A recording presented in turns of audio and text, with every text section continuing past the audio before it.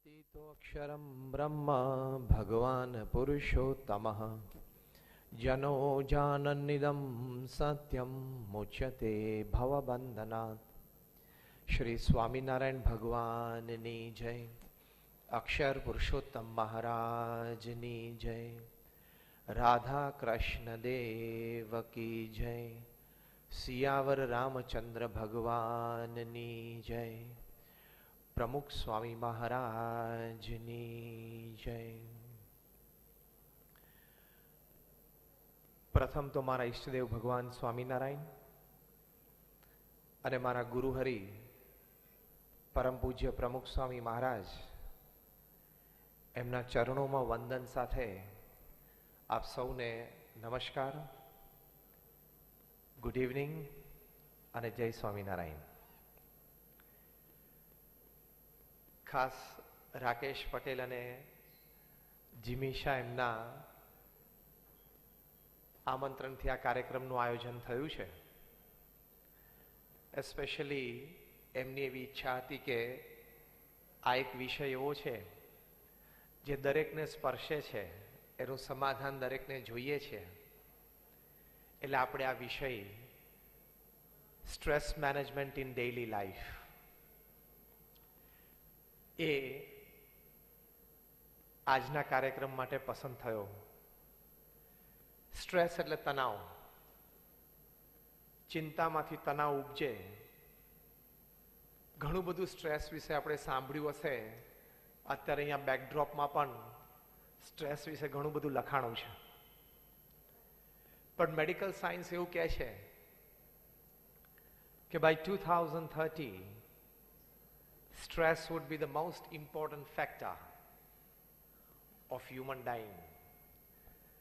Stress છે સૌથી મોટું ફેક્ટર બનશે જેના લીધે માણસ મૃત્યુ પામશે. કારણ કે સ્ટ્રેસથી બ્લડ પ્રેશર, સ્ટ્રેસથી cardiac arrest, many things happen. આપણે બેઠા છીએ એમાંથી પણ ઘણા બધાએ આપણને આ સ્ટ્રેસ સંબંધી વાત કરી હશે. આપણે પણ ઘણા બધો સ્ટ્રેસ, તણાવ એનો અનુભવ પણ કર્યો હશે. અત્યારે પણ ઘણા બધા કરતા હશે. બિઝનેસ લાઈફમાં કંઈક ઇશ્યુ ઊભું થાય એટલે stress comes in your life. Social લાઈફમાં કંઈ પ્રશ્ન ઊભો થાય એટલે again stress comes in your life. Personal લાઈફમાં, વ્યક્તિગત જીવનમાં કંઈક પ્રશ્ન ઊભો થાય એટલે again stress comes in your life. ચિંતા, તણાવ. ચિંતા અને તણાવમાંથી મુક્ત નથી થવાતું, પણ યુ કેન મેનેજ ઇટ. એ તમારી શારીરિક, માનસિક અને આંતરિક એટલે ઇમોશનલ હેલ્થ ન બગાડી શકે એટલું તો તમે કંટ્રોલ કરી શકો. And anybody who is walking upon this earth, anybody who is involved in social relationships, that we all are, stress તો આવવાનો જ છે. તણાવ જીવનનો એક ભાગ છે. But you need to manage it. તમે સારી રીતે એને મેનેજ કરી શકો તો you can always remain free of the dreadful effects of stress. તણાવની જે અસરો છે એનામાંથી મુક્ત થઈ શકાય. પહેલો બેઝિક કોન્સેપ્ટ આપણા મનમાં ક્લિયર કરવાની જરૂર છે કે આ લોકની દ્રષ્ટિએ બધી જ વસ્તુ પ્રાપ્ત થાય તો માણસને ક્યારેય ચિંતા કે તણાવ ન આવે. પહેલો આપણો આ બેઝિક કોન્સેપ્ટ છે ને આપણે છોડવાની, ભૂલવાની જરૂર છે કે if I have everything upon this અર્થ, મારી પાસે 100, 200, 500 કરોડ રૂપિયા હોય, મારી પાસે એક આવો વૈભવી વિલા હોય, મારી પાસે 10-15 લક્ઝુરિયસ કાર્સ હોય, પત્ની અને સંતાનો બધા કયાગરા હોય, સંબંધો સમાજમાં સારા હોય, બધા લોકો મને સમાજમાં માનપાન આપતા હોય, જો આ બધું ગોઠવાઈ જાય ને તો પછી તણાવ રહે નહીં. આ બધું જો સારી રીતે ગોઠવાઈ જાય તો મારે પછી કોઈ ચિંતા નથી, મારે કોઈ સ્ટ્રેસ નથી. That is the basic concept is wrong. It is fundamentally wrong. આ બધું હોય તો પણ જબરજસ્ત તણાવ આવી શકે છે અને એ સ્ટ્રેસના કારણે આપઘાત સુધી લોકો જઈ શકે છે અને થાય છે. કારણ કે તણાવ આવે કે ન આવે એનું કારણ વેલ્યુઝ છે, એનું કારણ મટીરિયલ લાઈફ નથી. Again I repeat, whether stress comes in your life or not, it is not dependent upon materialistic values or materialistic pleasures. It absolutely depends upon the values that you cultivate in your life. તમારા જીવનમાં જે મૂલ્યો અને સિદ્ધાંતો cultivate કર્યા હોય એ મૂલ્ય અને સિદ્ધાંત પ્રમાણે તમે જીવતા હો તો તમે સ્ટ્રેસ મેનેજ કરી શકો. બાકી કરોડો રૂપિયા ધરાવનાર વ્યક્તિઓ પણ આપઘાત કરે છે. Let us have a fine comparison.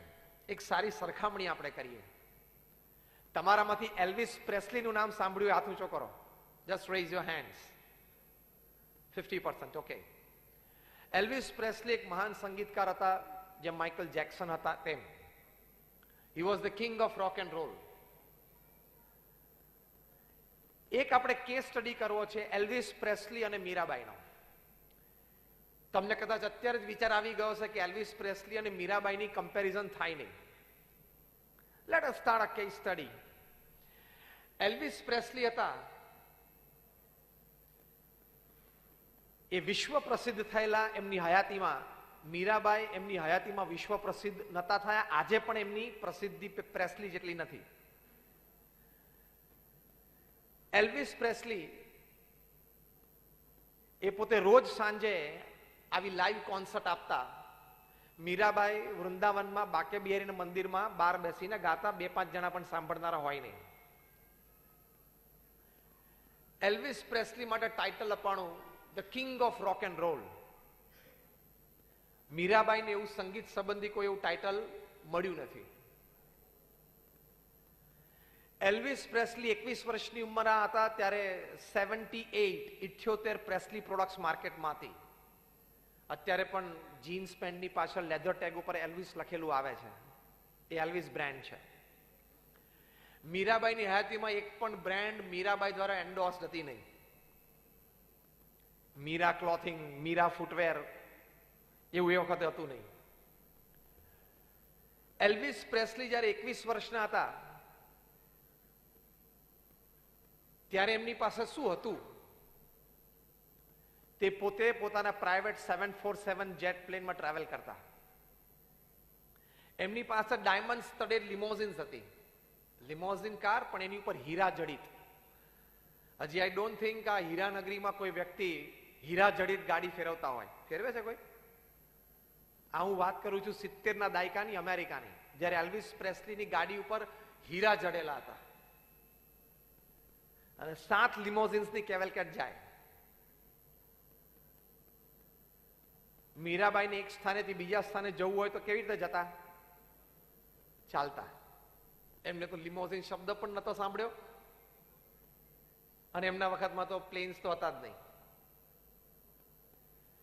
Elvis પ્રેસ્લીના પોતાની કમાણીના his self made money was $500 million.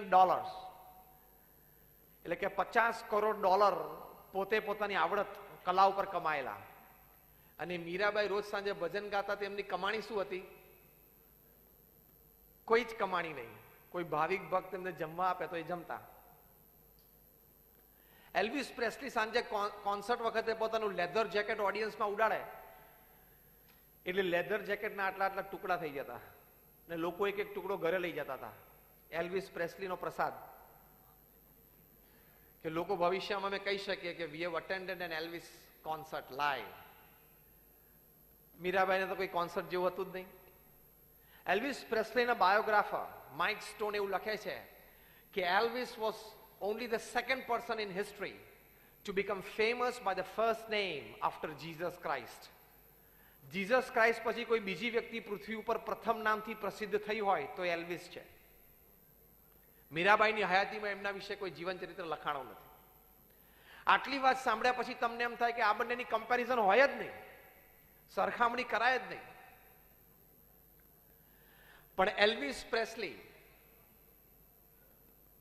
15મી August 1977 ના દિવસે 33 વર્ષની ઉંમરે રાત્રે 40 સ્લીપિંગ પિલ લઈને સૂતા તે ફરી વખત ઉઠ્યા જ નહીં. હી કમિટેડ સુસાઇડ.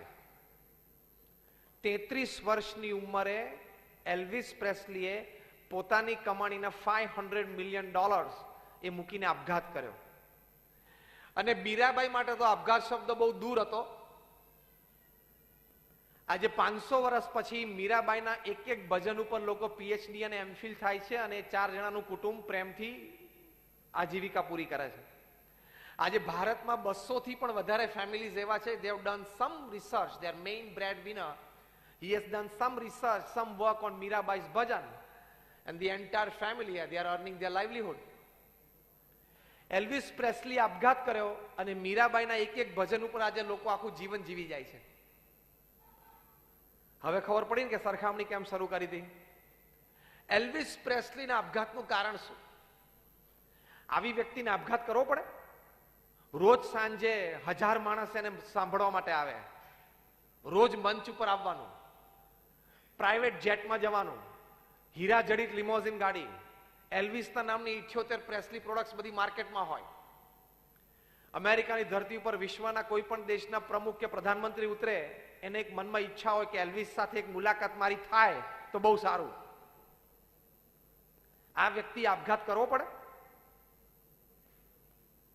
આપણે ના પાડીએ છીએ ને એ હજી એક કોન્સેપ્ટ આપણા મગજમાંથી નીકળ્યો નથી કે આવી વ્યક્તિઓને પણ જીવનમાં એવા તણાવ, સ્ટ્રેસ ઉભા થાય છે કે આપઘાત કરે.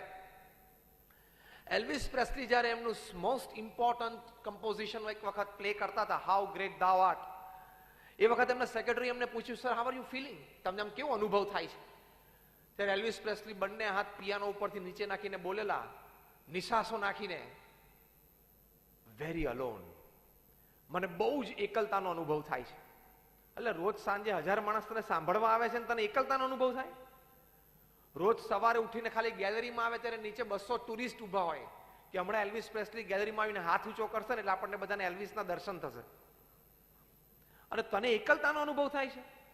અને મીરાબાઈ બાકે બિહારીના મંદિરના એકલા બેઠા બેઠા ભજન ગાય છે, પાયો જી મેને રામ રતન ધન પાયો. હું એકલી છું જ નહીં, ભલે મેં રાજપાટનો ત્યાગ કર્યો, મારા પતિ મોટા રાણા એટલે રાજા છે, અને મેં મહારાણીનું પદ ભોગ્યું છે અને અત્યારે સામાન્ય વસ્ત્રમાં સામાન્ય જીવન જીવું છું, પણ ભજન શું લખ્યું? પાયોજી મેને રામ રતન ધન પાયો. એલ્વિસ પ્રેસ્લીને બીજું બધું ધન હતું છતાં એકલતા હતી. મીરાબાઈ પાસે બીજું કશું જ ધન હતું નહીં છતાં અંતર ભરેલું હતું. વેર ધ ડિફરન્સ લાઈઝ? આ ભેદ ક્યાં પડે છે? વેર ધ ડિફરન્સ લાઈઝ? એ આ પ્રવચનમાં આગળ એના કારણો તમને જાણવા મળશે. એટલે પહેલો બેઝિક કોન્સેપ્ટ મગજમાંથી કાઢી નાખવાનો કે આ લોકમાં ધન, સમૃદ્ધિ, વૈભવ, સત્તા હોય તો આપણે સુરક્ષિત છીએ એવું નથી. Still stress can come in your life. એ કેવી રીતે આવે? સ્ટ્રેસ મેનેજ કરવું હોય તો પહેલા સ્ટ્રેસ એટલે કે તણાવ જીવનમાં કયા કયા કારણથી આવે છે એ જાણી રાખવું પડે, અને એ કારણ જીવનમાં ક્યારે ઉદ્ભવ ન થાય એ ખ્યાલ રાખવો પડે. સ્ટ્રેસ કયા કયા કારણોથી આવે છે એ ધ્યાન રાખવું પડે. એ કારણો જીવનમાં ક્યારેય ઊભા ન થાય એનો અત્યંત ખટકો રાખવો પડે, તો જીવનમાં ક્યારેય તણાવ ના આવે. Then you can manage. તમે ગમે તે હો, whoever you are, if you put your finger inside the plug. Gujarat electricity બોર્ડના ચેરમેન હોય, 40 વર્ષથી ઇલેક્ટ્રિસિટી ડિસ્ટ્રીબ્યુટ કરતા હોય, અને પ્લગમાં આંગળી નાખવાનો અધિકાર છે કે નહીં? અને એ પ્લગમાં આંગળી નાખીને કે હું જીબીનો ચેરમેન છું, 40 વર્ષથી ઇલેક્ટ્રિસિટી ડિસ્ટ્રીબ્યુટ કરું છું, નથિંગ હેપન્સ ટુ મી, મને કાંઈ ન થાય. ઇલેક્ટ્રિસિટી જીબીના ચેરમેનને ઓળખતી નથી, એ ખાલી સ્કિન, ફ્લેશ એન્ડ બ્લડને જ ઓળખે છે, ચોંટાડી દે. એમ તમે ગમે તે હોય, 500 કરોડનો માણસ હોય કે 5000 કરોડનો માણસ હોય, ફર્સ્ટ ઇમ્પોર્ટન્ટ રીઝન, ધંધામાં નીતિમત્તા ચૂક્યા તો સ્ટ્રેસ આવશે. એક વાર ચાલી જશે, 2 વાર ચાલી જશે, જેમ ટ્રાફિક લાઇટ્સમાં રેડ લાઇટ હોય, એકવાર નીકળી જાઓ, 2 વાર નીકળી જાઓ, 5 વાર નીકળી જાઓ, પણ એકવાર જ્યારે એક્સિડન્ટ થાય ત્યારે એમ ધંધામાં અનીતિ એ થશે તો એક દિવસ તણાવ આવશે, જરૂર આવશે. પ્રતિસ્પર્ધી તરફથી આવશે, પાર્ટનર તરફથી પણ આવી શકે, ટેક્સ ડિપાર્ટમેન્ટ તરફથી પણ આવી શકે, અને બધું જ થઈ શકે. આપણે તો અહીંયા બેઠા છીએ શું છીએ? સત્યમ કંપનીના માલિક રામાલિંગા રાજુ, 8,000 કરોડનો માણસ, સત્યમ કોમ્પ્યુટર્સ. એવું કહેવાય છે કે અનૈતિક પ્રેક્ટિસીસ કરી, આપણે કઈ કેસની ડિટેલ્સમાં નથી જતા, પણ ટુડે ઇઝ ઇન જેલ, આજે જેલમાં છે. તમારી કંપનીનું નામ સત્યમ હોય એટલે તમને કઈ અસત્ય પ્રેક્ટિસીસ કરવાનો અધિકાર નથી મળી જતો, હુએવર યુ આર. અને રિગરસ ઇમ્પ્રિઝનમેન્ટ છે 7 વર્ષની, ચટાઈ ઉપર સુવાનું જેલમાં, જેલનો ખોરાક જ ખાવાનો, 7 વર્ષ rigorous imprisonment. Rajat Gupta, the face of corporate India in the western world, IIT Kharagpur graduate, Harvard MBA, મેકિન્સેના ડિરેક્ટર, ગોલ્ડમેન સેક્સના ડિરેક્ટર. પશ્ચિમ જગતમાં ભારતનો વ્યવસાયી ઇમેજ એટલે રજત ગુપ્તા, 40 વર્ષની કોર્પોરેટ ઇમેજ. જે રીતે ન્યૂઝપેપર્સમાં રિપોર્ટ્સ આવ્યા છે, જે રીતે કોર્ટના પ્રોસિડિંગ્સ થયા, એક 5 સેકન્ડની અનૈતિક પ્રેક્ટિસ અત્યારે એ જેલમાં છે. He just made a 5 second mistake. એવું કહેવાય છે કે દુનિયાના સૌથી ધનાઢ્ય ઇન્વેસ્ટર વોરેન બફેટે ગોલ્ડમેનને ઓફર કરી કે I want to invest my personal $5 billion. એમના $5 અબજ લેવા કે નહીં એની માટે ગોલ્ડમેન બોર્ડ ઓફ ડિરેક્ટર્સની મીટિંગ થઈ, અને એ મીટિંગમાં નક્કી થયું કે આપણે સ્વીકારવા. હવે એવું કહેવાય છે ફોન કોલ્સ ટ્રેક થયા પછી કે મીટિંગમાંથી બહાર નીકળ્યા પછી રજત ગુપ્તાએ મોસ્કો, રશિયાથી અમેરિકા એક ફોન કોલ કરી લીધા, કારણ કે બીજે દિવસે સવારે એનાઉન્સમેન્ટ થાય કે વોરેન બફેટના $5 billion ગોલ્ડમેનમાં આવે છે, એટલે શેર્સના ભાવ રાઇઝ થાય, એટલે ડિફરન્સ 24 કલાકમાં બહુ મોટો મળે. થયું. Next day when the announcements were made, Goldman stocks rose, reached the sky, અને સાંજે લોકોએ બધા millions of dollars ના શેર્સ વેચ્યા અને millions of dollars કમાણા. સારી બુદ્ધિ કહેવાય ને. આવી એકાદ ટીપ હાથમાં આવી જાય તો મજા આવે ને ધંધો કરવાની. સ્કોડામાંથી મર્સિડીઝમાં આવી જવાય ને, પોર્શે ઉપર આવી જવાય ને. અનૈતિકતા લાંબી ચાલતી નથી, થોડીક ચાલશે શરૂઆતમાં, લાંબી નહીં ચાલે.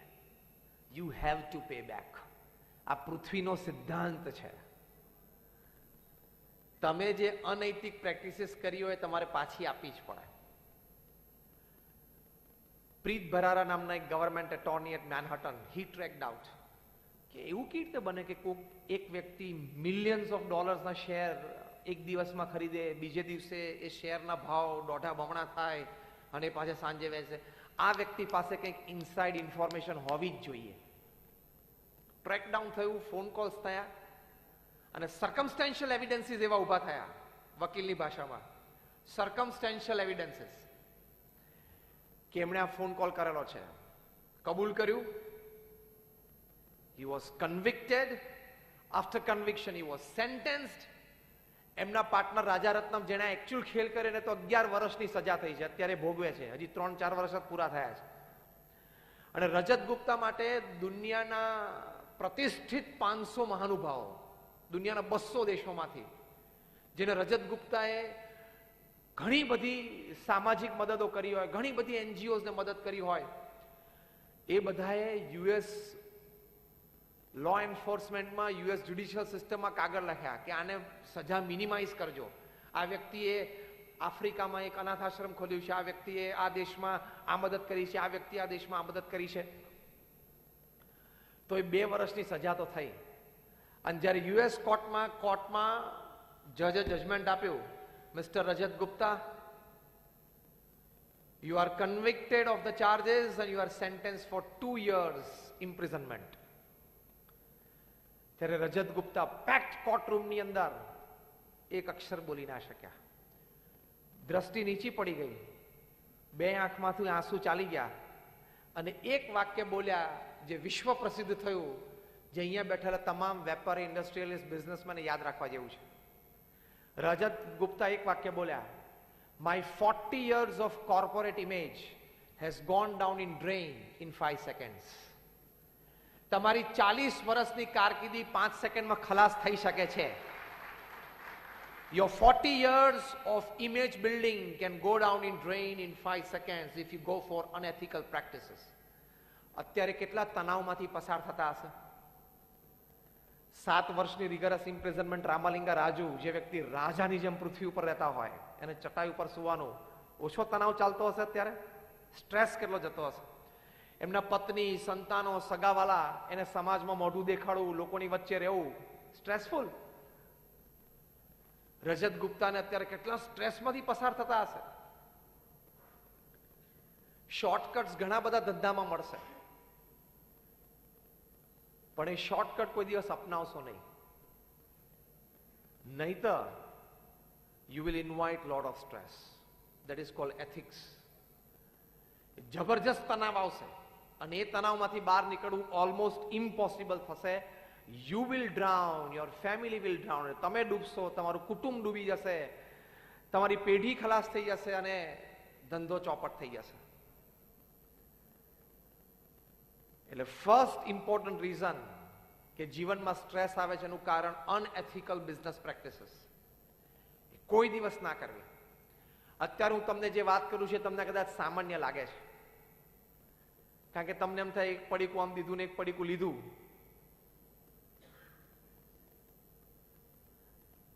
એમાં શું મોટી વાત છે? પણ it can happen to anybody any time. ગમે તે વ્યક્તિને ગમે ત્યારે થઈ શકે છે. Top management gurus of the world Stephen Covey હતા, અત્યારે ઓગ મેન્ડિનો છે, જીમ કોલિન્સ છે, કેન બ્લેન્ચાર્ડ છે. આ બધી વ્યક્તિઓ 1 કલાક બોલવાના $1 લાખ ચાર્જ કરે છે. That is almost 60 lakh rupees for 1 hour. એટલે કે 1 મિનિટ બોલવાના $1 લાખ ચાર્જ કરે છે. અને સામે ઓડિયન્સમાં કોણ બેઠું હોય? ફોર્ચ્યુન 500 કંપનીઝના સીઈઓઝ અને એમડીઝ અને ચેરમેન્સ વિદ્યાર્થીની જેમ બેઠા હોય 6 કલાક આ લોકોની સામે. 1 મિનિટ બોલવાના $1 લાખ ચાર્જ કરે છે. છતાં એમની અપોઇન્ટમેન્ટ 6-8 મહિના સુધી નથી મળતી. અને સામે ઓડિયન્સમાં વિદ્યાર્થી તરીકે ફોર્ચ્યુન 500 કંપનીઝના સીઈઓઝ બેઠા હોય, જે લોકો દર વર્ષે 10,000 કરોડનો વહીવટ કરે છે, 25,000 કરોડનો વહીવટ કરે છે, 50,000 કરોડનો વહીવટ રમતા રમતા દર વર્ષે કરે છે, 1 લાખ કરોડનો વહીવટ રમતા રમતા કરે છે ને એ બધા વિદ્યાર્થીની જેમ એમની સામે બેઠા હોય. ત્યાં માણસ બોલતા શું હશે? સમજાવતા શું હશે? શીખવાડતા શું હશે? જે તમે અત્યારે FOC મફતમાં સાંભળી રહ્યા છો એ તમે અત્યારે FOC જે સાંભળો છો ને આટલું જે લોકો શીખવાડે છે કે મહેરબાની કરીને કંઈ ખોટું કરતા નહીં. એટલે first important reason for stress to come in his life is unethical practice. Jim Collins હમણાં પુસ્તક લખ્યું છે, દુનિયાના સૌથી મોટા મેનેજમેન્ટ ગુરુ કહેવાય છે, how the mighty fall. How the mighty fall, કે માનધાતાઓ પૃથ્વી ઉપર ધૂળ ચાટતા કેવી રીતે થઈ ગયા. એમાં પ્રસંગો લખેલા છે કે એવી વ્યક્તિઓ જે પૃથ્વી ઉપર પગ મૂકે પૃથ્વી ધ્રુજે, એવી વ્યક્તિઓ કે જે સવારના પોરમાં ધારે તો 5,000 કરોડ વોલ સ્ટ્રીટમાં નાખી શકે, શેર બજારને ધ્રુજાવી નાખે. એક સાથે 5,000 કરોડ નાખે એટલે શેર બજાર કેવું ધ્રુજે. એવી વ્યક્તિઓ જે મેનહટનમાં 50મા માળે બેઠા બેઠા એક ફોન કોલ કરે ને આફ્રિકામાં આખી ગવર્મેન્ટ ફેરવી નાખે. He can topple a government by 1 phone call. આવી સત્તાધીશ વ્યક્તિઓ, આવા માનધાતાઓ કેમ ધૂળ ચાટતા થઈ ગયા, કેમ રસ્તા ઉપર રખડતા થઈ ગયા, કેમ જેલના સળિયા ગણે છે, કેમ ભૂખે મરે છે. રિયલ લાઈફ પ્રસંગો છે આ બધી. એક હતો રાજા ને કદી રાણી, એવી વાર્તાઓ નથી. આ જીમ કોલિન્સનું પુસ્તક વાંચવા જેવું, એક દિવસ એનો સેમિનાર કરવા જેવો છે. હાઉ ધ માઇટી ફોલ, માનધાતાઓ પૃથ્વી ઉપર કેવી રીતે ધૂળ ચાટતા થઈ ગયા. 300 પાનાનું એ પુસ્તક છે, પણ હું તમને એક લાઈનમાં જીસ્ટ આપી દઉં. એનો મતલબ એવું નહીં કે નહીં વાંચતા, વાંચજો, પણ એક લાઈનમાં હું તમને જીસ્ટ આપી દઉં. What this 300 pages. અને જીમ કોલિન્સ, જેમને દુનિયાના 500 ફોર્ચ્યુન 500 કંપનીઝના એક્ઝિક્યુટિવ્સને ટ્રેનિંગ આપી છે, એ 30 વર્ષના એમના અનુભવ પછી એમણે આ પુસ્તક લખ્યું છે. અને આ પુસ્તકમાં એમણે વિવિધ વિવરણ કર્યું છે. એમાંનું એક વાક્ય સાર રૂપે હું તમને કહું છું. જીમ કોલિન્સ એક વાક્ય શીખવાડે છે, Y this mighty people fail. આ મહાન વ્યક્તિઓ કેમ પૃથ્વી ઉપર ધૂળ ચાટતા થઈ ગયા? હી રાઇટ્સ, અનડિસિપ્લિન્ડ પરસ્યુટ ફોર મોર. વધારે ને વધારે મેળવી લેવાની ઘેલછામાં સિદ્ધાંત, નીતિ અને નિયમને નેવે મૂક્યા. આ એમનો અનુભવ છે. વધારે ને વધારે મેળવી લેવાની ઘેલછામાં સિદ્ધાંત, નીતિ અને નિયમને એ બાજુ પર મૂક્યા, એટલે ધૂળ ચાટતા થઈ ગયા. You can't play with ethics. સિદ્ધાંતો સાથે કોઈ દિવસ રમાય નહીં. પદ્ધતિ બદલી શકાય, પ્રિન્સિપલ્સ નેવર ચેન્જ. કાર્ય પદ્ધતિમાં સુધારો આવી શકે, સિદ્ધાંતોમાં કોઈ દિવસ નહીં. હા, પાવર પ્લે ક્રિકેટમાં બદલાય. હવે 2 ફિલ્ડરે બહાર રહેવું 30 યાર્ડ સર્કલમાં, પછી કે હવે 3 રહી શકે, એ બધું થોડું બદલાય, પણ 3 સ્ટમ્પના 4 સ્ટમ્પ ના થાય. અને એ વાતને કોઈ દિવસ પ્રશ્ન પણ નહીં પૂછવાનો. Never ask questions to the basics and the principles of life. ઘણી બધી જગ્યાએ અમે સેમિનાર્સમાં જઈએ, લોકો ફંડામેન્ટલ ક્વેશ્ચન પૂછે, ભગવાન હશે કે નહીં, ભગવાન છે એની ખાતરી શું, કોણે આનું ઇન્વેન્શન કર્યું. Don't question the fundamentals. સિદ્ધાંત સિદ્ધાંત જ રહે છે. તમે બેટ લઈને ગ્રાઉન્ડ ઉપર જાઓ, તમે એમ કહો કે પહેલા મને સમજાવો કે આ 3 સ્ટમ્પ કોણે નક્કી કર્યા, એ નક્કી કરવા માટેની કમિટી કોણે રચી, કમિટીમાં કોણ કોણ હતું, અને એને જે લખાણ પ્રેઝન્ટ કર્યું એ એક્સેપ્ટ કર્યું એ કમિટી કોણ હતી. 2 કેમ નહીં, 4 કેમ નહીં, 3 સ્ટમ્પ નક્કી કેવી રીતે થાય એનો ઉત્તર પહેલા મને આપો, પછી હું બેટિંગ કરવા ક્રીઝ ઉપર જઉં. તો બાકીના 11 ખેલાડીઓ શું કે? જો બધા ઈશારો કર્યો કે ભાઈ અમને શાંતિથી મજા લેવા દે, તું બહાર નીકળ. તમે ચેસ રમવા બેસો ને એમ કહો મારો હાથી તો આડોય ચાલશે, ઊભોય ચાલશે, અઢીએ ચાલશે, બધું ચાલશે, તો સામેવાળો શું કે? તો આપણે રમવાની મજા આવશે નહીં. રમવાની મજા લેવી હોય તો મૂળભૂત સિદ્ધાંતોને સ્વીકારવા પડે. એમ આઈ રાઈટ ઓર રોંગ? રમવાની મજા લેવી હોય તો મૂળભૂત સિદ્ધાંતોને સ્વીકારવા પડે. એમ ધંધા અને કમાણીની મજા લેવી હોય તો મૂળભૂત સિદ્ધાંતોને સ્વીકારવા પડે. You can never go for unethical practices. અને unethical practices કરવા જાઓ તો ભલે તમે હજારો ઘર બાંધ્યા હોય ને લાખોના સહારા હોય, તો પણ તમે તિહારમાં 2 સહારા થઈ શકો છો. whoever you are. તમે લાખો લોકોના સહારા હો તો પણ તિહારમાં 2 સહારા રહી શકો છો. 10,000 કરોડનો માલિક હોય ને એને પણ ચટાઈ ઉપર સૂવું પડે. સિદ્ધાંત જોડે કોઈ રમત નહીં. એની સામે આપણે બેઠા લઈએ છીએ તો કોણ છે? આપણા જીવન તો એ પગારે રાખે.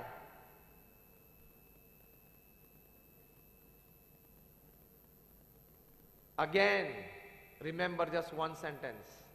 તમે જીબી ના ચેરમેન હો તો પણ પ્લગમાં આંગળી નાખવાની નહીં. આ બધા પ્રસંગો તમને યાદ ના રહે ને તો આ વાક્ય યાદ રાખવાનું. 40 વર્ષ સુધી ઇલેક્ટ્રિસિટી ડિસ્ટ્રીબ્યુટ કરી હોય ને તો પણ પ્લગમાં આંગળી નખાય નહીં. એમ નહીં માની રહ્યો કે ઇલેક્ટ્રિસિટી તો એને ખબર હોવી જોઈએ કે હું જીબી નો ચેરમેન છું. whoever you are, તું ગમે તે હો. First important reason for stress is unethical business practices. Never go for it. Growth ધીમે ધીમે ધીમે થાય, શાંતિથી થાય, one step at a time, એ રીતે થાય. That is called stable and real growth. એવી રીતે જ વિકાસ કરાય. ગમે તેટલી ઓપોર્ચ્યુનિટી મળે, ખોટું કરવા ક્યારે પ્રેરાશો નહીં. એ મજા આવે એવો રસ્તો છે, એમાંથી પ્રગતિ જલ્દી થાય એવું દેખાય છે. ઘણા રૂપિયા એક સાથે મળી જાય એવું દેખાય છે ને મળી પણ જાય, પણ જ્યારે એકવાર જાય ને ત્યારે ચામડી ઉતારીને જાય. જો આ બધાની ગઈ 2-3 પ્રસંગો કીધા. એટલે એ ખટકો રાખીએ તો કોઈ દિવસ સ્ટ્રેસ આવશે નહીં.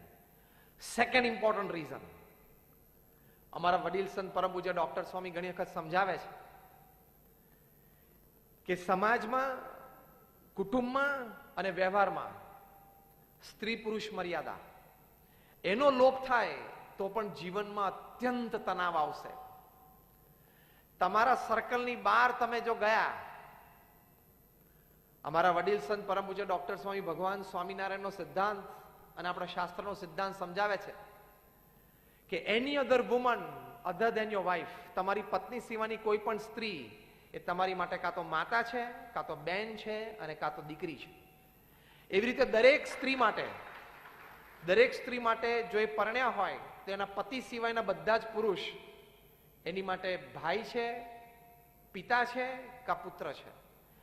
આ મર્યાદા જો લોપાશે ને તો પણ કુટુંબ છિન્ન ભિન્ન થશે, તો પણ પ્રશ્ન મોટો આવશે. આ મર્યાદા લોપાશે તો પણ મોટો પ્રશ્ન આવશે. ઇન્ટરનેશનલ મોનિટરી ફંડના president Dominique Strauss Kahn, he was destined to become the president of France. એ ન્યુયોર્ક થી ફ્રાન્સ આવતા હતા, વચ્ચે સ્ટોપ ઓવરમાં, ચેન્જ ઓવરમાં હોટલમાં એન્ટર થયા અને એવું કહેવાય છે રિપોર્ટ્સ પ્રમાણે કે ત્યાં કોઈક હોટલમાં મેડ સાથે એમને કોઈક વર્તણૂકમાં ફેર પડ્યો, પેલી મેડે કેસ કર્યો. કેસ તો પછી આઉટ ઓફ કોર્ટ સેટલમેન્ટમાં પતાયો, પણ ઇન્ટરનેશનલ મોનિટરી ફંડના પ્રેસિડેન્ટ તરીકે એમને રાજીનામું આપવું પડ્યું. ફ્રાન્સની પ્રજા એમને ફેંકી દીધા, પ્રેસિડેન્શિયલ ઇલેક્શનમાં ઉભા ના રહી શક્યા.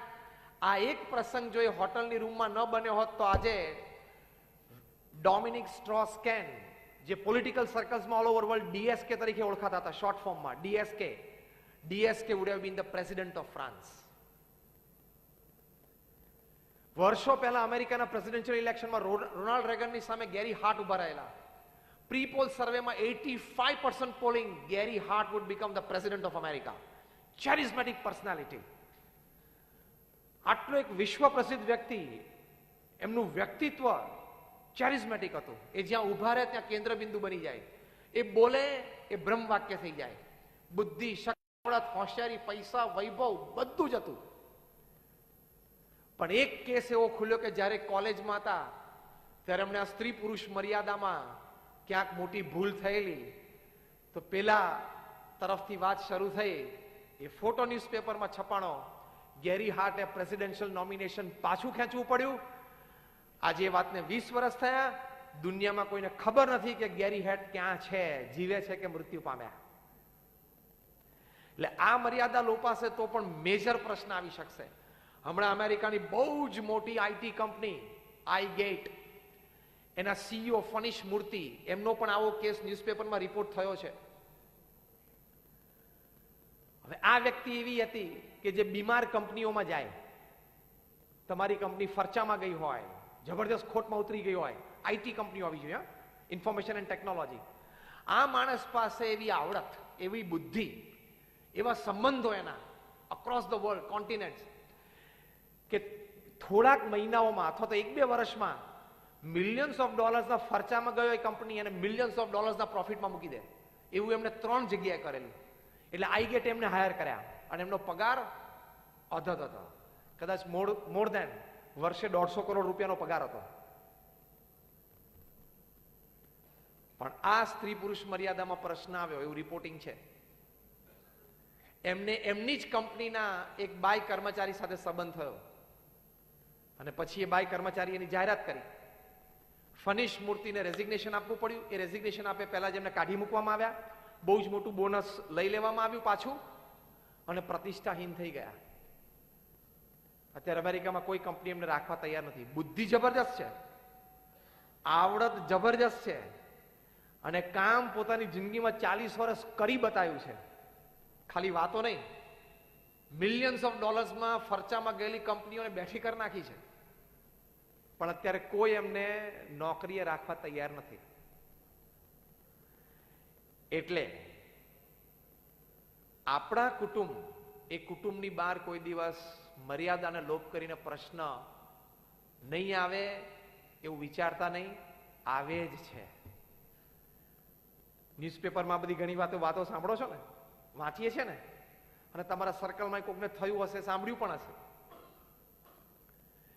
એટલે આ બે વસ્તુનો અત્યંત ખ્યાલ રાખવાનો, તો તમે 80% તણાવમાંથી બચી જશો. અત્યારે તમને એમ લાગે છે કે આમાં નથી અથવા આમાં બહુ રિસ્ક નથી, પણ અત્યારે તમને રિસ્ક નથી દેખાતું. there is a dangerous risk ahead. don't play with cobra. Cobra જોડે રમાય? એમાં કિંગ કોબરા સાથે રમાય? 18 ફૂટ લાંબો હોય. એન્ટીવેનોમ ઇન્જેક્શન લઈને ડોક્ટર બાજુમાં ઉભા હોય ને, પણ કિંગ કોબરા ડંખ મારે ને, he cannot save you. A doctor injection લઈને તૈયાર ઉભા હોય ને, કે કિંગ કોબરા તમને અહીંયા કરડે અને અહીંથી તમને ઇન્જેક્શન મારે એન્ટીવેનોમનું, તોય તમને બચાવી ના શકે. એમ ધંધામાં અનૈતિક પ્રેક્ટિસ અને શાસ્ત્ર પ્રમાણે જે સ્ત્રી પુરુષની મર્યાદા છે એને તમે લોપો ને, એટલે you have started playing with cobra. તમે કોબરા સાથે રમવાની શરૂઆત કરી દીધી છે. હવે ડંખ વાગે ત્યારે વાત. You have started playing with cobra. અને આ કક્ષાના માણસોને થઈ શકે છે, તો તમને થઈ શકે? હા કે ના? Tell me yes or no. It can happen to anybody. કોઈને પણ થઈ શકે છે. સાધુ પણ આ મર્યાદા લોપે તો એને પણ થઈ શકે છે. એના કેસ પણ તમે સાંભળતા હશો. એટલે બીએપીએસ સંસ્થામાં પ્રમુખ સ્વામી મહારાજે આ સ્ટ્રિક્ટ મર્યાદા મૂકી છે. બીએપીએસ સંસ્થાના સાધુને આ પ્રશ્ન નથી, કારણ કે આ મર્યાદા મારે છે. આ કપડાં પહેરીને તમે આ મર્યાદા લોપો તો આ કપડામાં પણ પ્રશ્ન. ભલે લોકો તમને માનતા હોય, પૂછતા હોય. Discipline stands fast. Ethics stands fast. Ethics અને ડિસિપ્લિન્સથી પર કોઈ વસ્તુ નથી. એટલે સ્ટ્રેસ ન આવે એની માટે આપણને રામાયણમાં તુલસીદાસજી એક સરસ વાત કરી છે. આ બે મુદ્દા જે પહેલા કીધા ને એ સંબંધિત. તુલસીદાસજીએ સિમ્પલ લખ્યું કે પરધન પથ્થર માનીએ, પર સ્ત્રી માત સમાન, ઇતને સે હરી ના મિલે તો તુલસીદાસ જમાન. કે પરધન છે ને એને પથ્થર માનજો, અને પર સ્ત્રી છે એને માતા માનજો. ઇતને સે જો હરી ના મિલે, તમને જો ભગવાન ના મળે ને તો તુલસીદાસ તમારો જામીન છે. અને હરી મળે એટલે ક્યાં પછી સ્ટ્રેસ રહ્યો? એટલે ઇનડાયરેક્ટલી આના બીજા શબ્દો એ છે કે તમને ક્યારેય જીવનમાં સ્ટ્રેસ આવશે જ નહીં. સત્યમ કંપનીના માલિક રામલિંગા રાજુ, જેનાથી આપણે વાતની શરૂઆત કરેલી, એમણે આ તુલસીદાસની વાત માની હોત તો? રજત ગુપ્તાએ આ તુલસીદાસની વાત માની હોત તો? પરધન પથ્થર માનીએ, કે પરધન છે એટલે કે બીજાનું જે ધન છે આપણી માટે પથ્થર છે, ધૂળ છે. આ તો બીજાના ધનમાં જ હાથ નાખવાની વધારે મજા આવે છે. આપણું સેફ ડિપોઝિટ વોલ્ટમાં હોય, બેંકમાં હોય, બીજાના ધનમાં હાથ નાખવાની વધારે મજા આવે છે. પણ આ સિદ્ધાંત મૂક્યો. ડોમિનિક સ્ટ્રોસ કેન, IMF ના પ્રેસિડેન્ટ, જેની આપણે વાત કરી, એના બીજી લાઈન માની હોત તો કે પર સ્ત્રી માત સમાન, તો અત્યારે એ ફ્રાન્સના પ્રેસિડેન્ટ હોત. અને હમણાં G4 અને G8 ની સમિટ માનનીય મુખ્યમંત્રી પ્રધાનમંત્રીશ્રીએ ન્યુયોર્કમાં કરી ત્યારે બેઠા હોત એની સાથે. અત્યારે એક નાની કંપનીમાં CEO તરીકે કામ કરે છે. ફનીશ મૂર્તિ આ વાત માની હોત તો. પણ પેલું શું થાય, ટાઈ પહેરી હોય, કોટ પહેર્યો હોય અને 3 પીસ સૂટ પહેર્યો હોય ને, ત્યારે આની વાત મનાય નહીં. ભગવા કપડાની વાત મનાય નહીં. when you are under that glamour, when you are under that power, it's difficult to believe this talk. આની આ જ વાત જે હું અત્યારે કરું છું, કે અહીંયા કોઈ મેનેજમેન્ટ ટ્રેનર આમ ચાલતો અહીંયા માઇક પર આવીને 3 પીસ સૂટ ને ટાઈ પહેરીને આમ કરતો બોલતો હોત ને, તો તમે કદાચ $1,00,000-2 લાખ રૂપિયા એને કલાકના બોલવાના આપ્યા હોત ને, તમને આ બધી વાતો ઓહો લાગે છે. પણ મેં કીધું એમ, ફોર્ચ્યુન 500 કંપનીઝના CEOs જે વાતો સાંભળે છે ને, તમે અત્યારે FOC સાંભળો છો. આ જ હકીકત છે. એટલે સ્ટ્રેસનું બીજું મોટું કારણ આ છે. આ બધા માનધાતાઓ તને મને કે હુ ઇઝ તુલસીદાસ, આ રામાયણ શું છે? પણ તારી જિંદગી બચાવે ને એવી વાતો છે અંદર, અને જિંદગી ડૂબતી હોય ને તો તારી શકે એવી વાતો છે અંદર. આ તુલસીદાસની વાતો આ બધા માની હોત તો. પણ જો એને કોઈક તુલસીદાસની વાત કરવા છે ને, તો કે એની ભાષામાં who is Tulsidas, what is Ramayana, It is irrelevant. 500 years back, 5,000 years back, lakhs of years back. લાખો વર્ષ જૂની વાતો આ જમાના પ્રમાણે છે જ નહીં. વાંધો નહીં, પ્લગમાં આંગળી નાખ. રામાયણની મહાભારતની વાતો આ જમાના પ્રમાણે નથી. એવું તું બોલે છે ને એ પ્લગમાં આંગળી નાખવાની શરૂ કરી દે, ચોટી જઈશ. It is relevant even today. સિદ્ધાંત સિદ્ધાંત જ રહે છે, એ કોઈ દિવસમાં ફેરફાર થતો નથી. ત્રીજું ઇમ્પોર્ટન્ટ રીઝન સ્ટ્રેસ કેમ આવે છે, આપણે આપણા વર્ક, લાઈફ અને ફેમિલીને બેલેન્સ નથી કર્યું. ઘણી વખત અમે અમારા સેમિનાર્સમાં શીખવાડે છે કે તમારી પાસે 24 કલાક છે, તો you should divide it into 8 + 8 + 8. First 8 hours is honest ethical hard work. જે પણ વ્યવસાયમાં હોય એમાં પ્રામાણિક નૈતિક પુરુષાર્થ કરવો, એ 8 કલાક. બીજા 8 કલાક સારી રીતે ઊંઘવું અને આરામ કરો. અને ત્રીજા 8 કલાક બહુ ઇમ્પોર્ટન્ટ છે, ત્યાં આપણે ખોટ ખાઈએ છીએ. વી મિસ આઉટ ધેર. ત્રીજા 8 કલાકમાં 3 F અને 3 H. 3 F એટલે ફેમિલી, ફ્રેન્ડ્સ અને ફેઇથ. 3 H એટલે હેલ્થ, હાઇજીન એન્ડ હોબી. હું ફરી વખત રિપીટ કરું છું. ત્રીજો 8 છે ને ઇમ્પોર્ટન્ટ છે, ત્યાં આપણે ચૂકી જઈએ છીએ એટલે સ્ટ્રેસ આવે છે. Third 8 is very important. Again I repeat, third 8 is 3F અને 3H. 3F is family, friends and faith, એટલે કે કુટુંબ, મિત્ર વર્તુળ અને શ્રદ્ધા. અને 3H એટલે હેલ્થ, હાઇજીન અને હોબી, એટલે કે સ્વાસ્થ્ય, આજુબાજુ શુદ્ધતા, ચોખ્ખાઈ અને હોબી એટલે શોખ. આ 6 ડિપાર્ટમેન્ટ્સમાં તમારા ત્રીજા 8 કલાક જવા જોઈએ. જો એવી રીતે જાય તો તમારી લાઈફ બેલેન્સ છે. 8 કલાકથી વધારે તમારે કામ કરવું પડે, કોઈક વખત એવા પ્રોજેક્ટ્સ હોય તો કરવું પડે. બાકી if you are working more than 8 hours, that clearly proves કે you are not a planned person. તમે જીવનમાં કામનું પ્લાનિંગ નથી કર્યું. કામ કેવી રીતે કરવું એ તમને આવડતું નથી. એ હકીકત છે. તમે એમ ના સમજતા કે અમે સંતો ખાલી ઉપદેશની વાત કરીએ છીએ.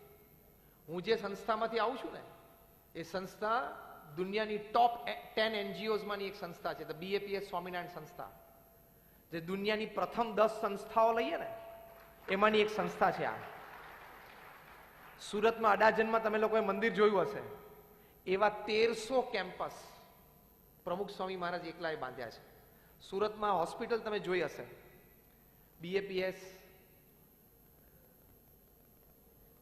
BAPS પ્રમુખ સ્વામી હોસ્પિટલ. કોઈ ટ્રસ્ટની આવી હોસ્પિટલ સુરતમાં નહીં ચાલતી, તમે જોજો. આવી હોસ્પિટલ, સ્કૂલ, હોસ્ટેલ ને કોલેજ પ્રમુખ સ્વામીએ 100 ઊભી કરી છે અને સક્સેસફુલી ચલાવે છે.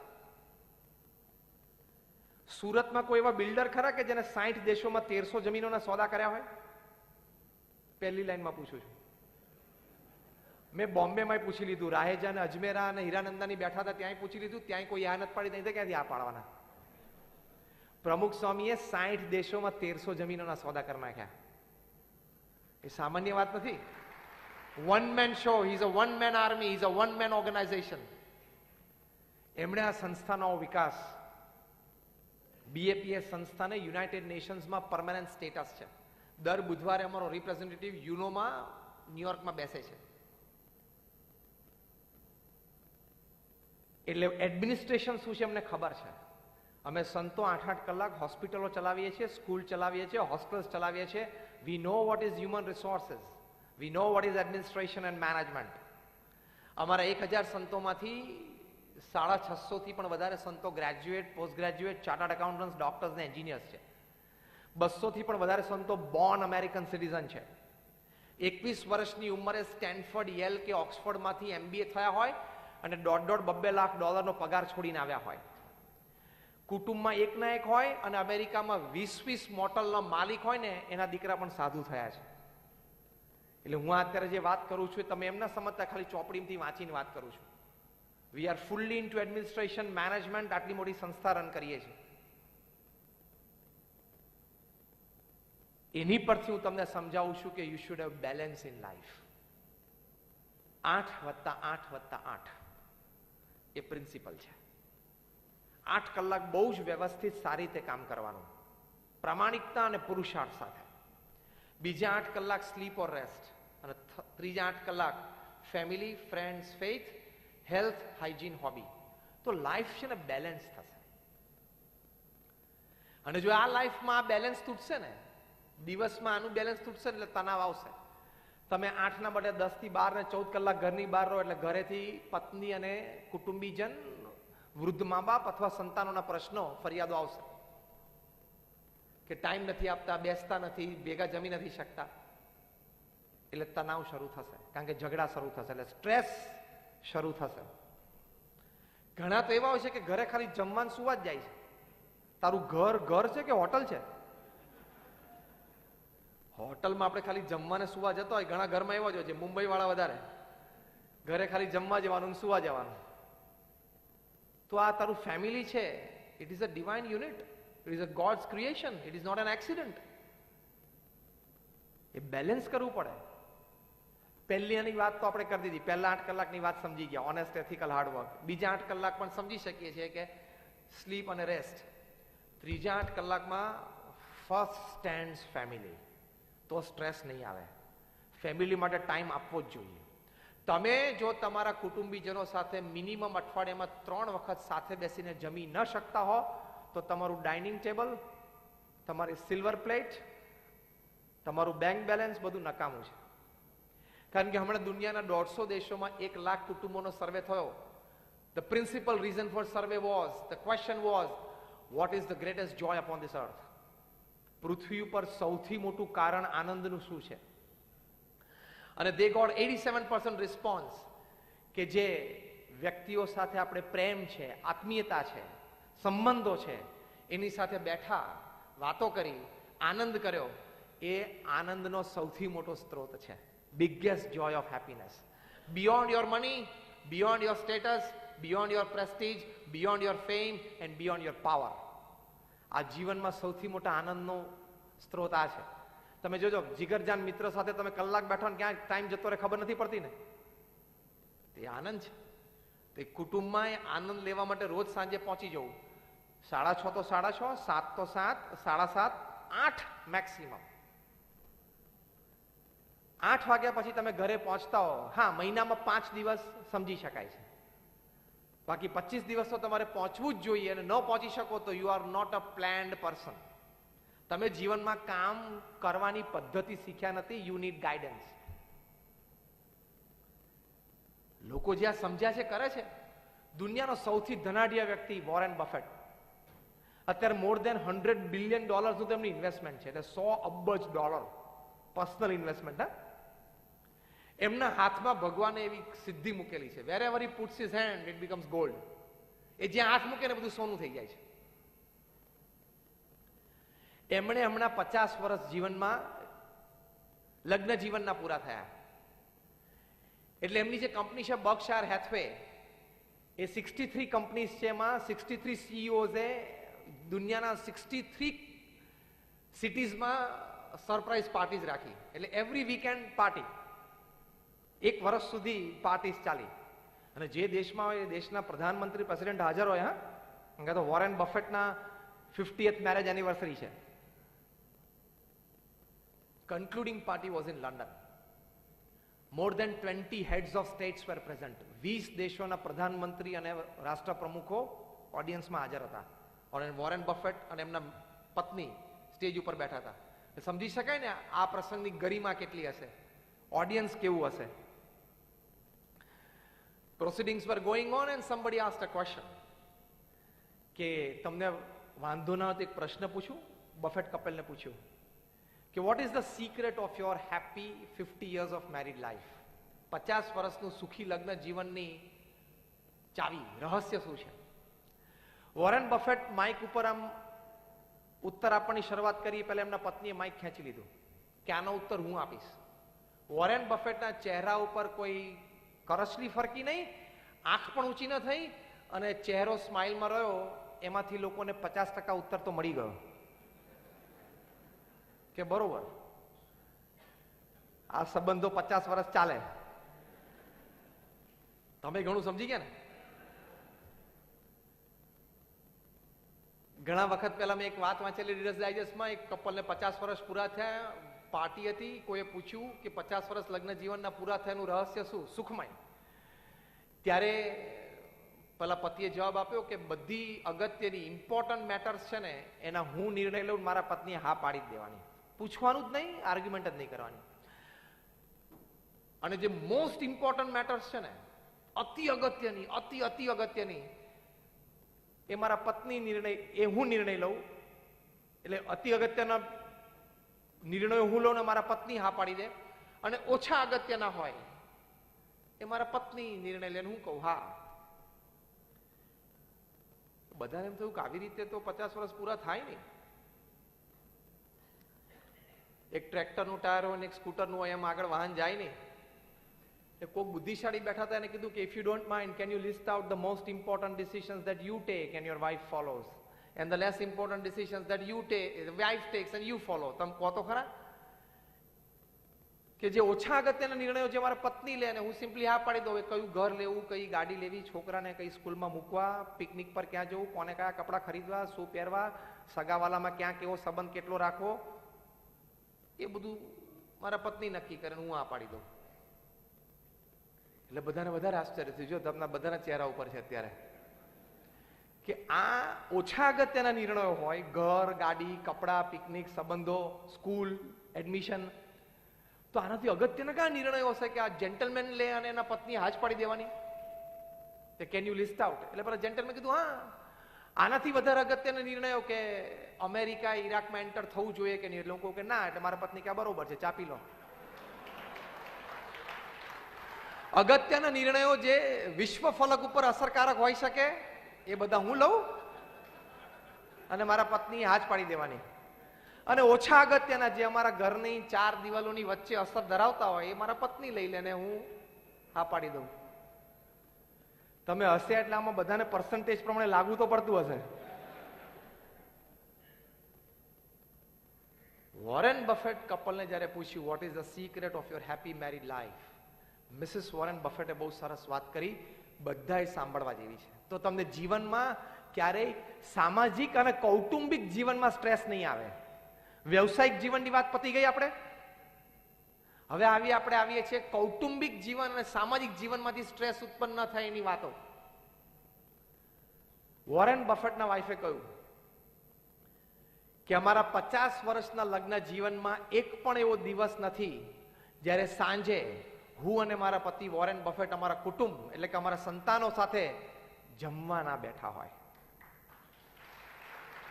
આ હું $100 અબજ માણસ છે ને એની વાતો કરું છું. હા, તમારે ત્યાં 7,000 રૂપિયામાં હીરા ઘસતો એની વાત નથી કરતો હું.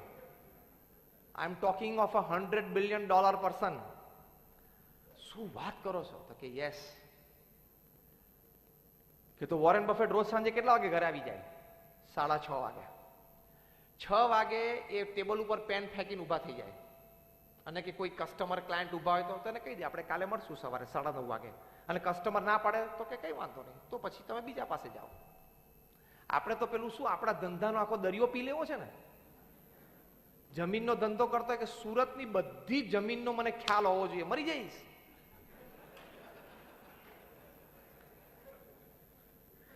હું રિયલ એસ્ટેટમાં છું ને, સુરતમાં કઈ જમીનનો કયો છો, તારી જે 5 જમીન છે તું શાંતિથી સંભાળ, એ ડેવલપ કર, નહીં તો રાત્રે ઊંઘે નહીં આવે.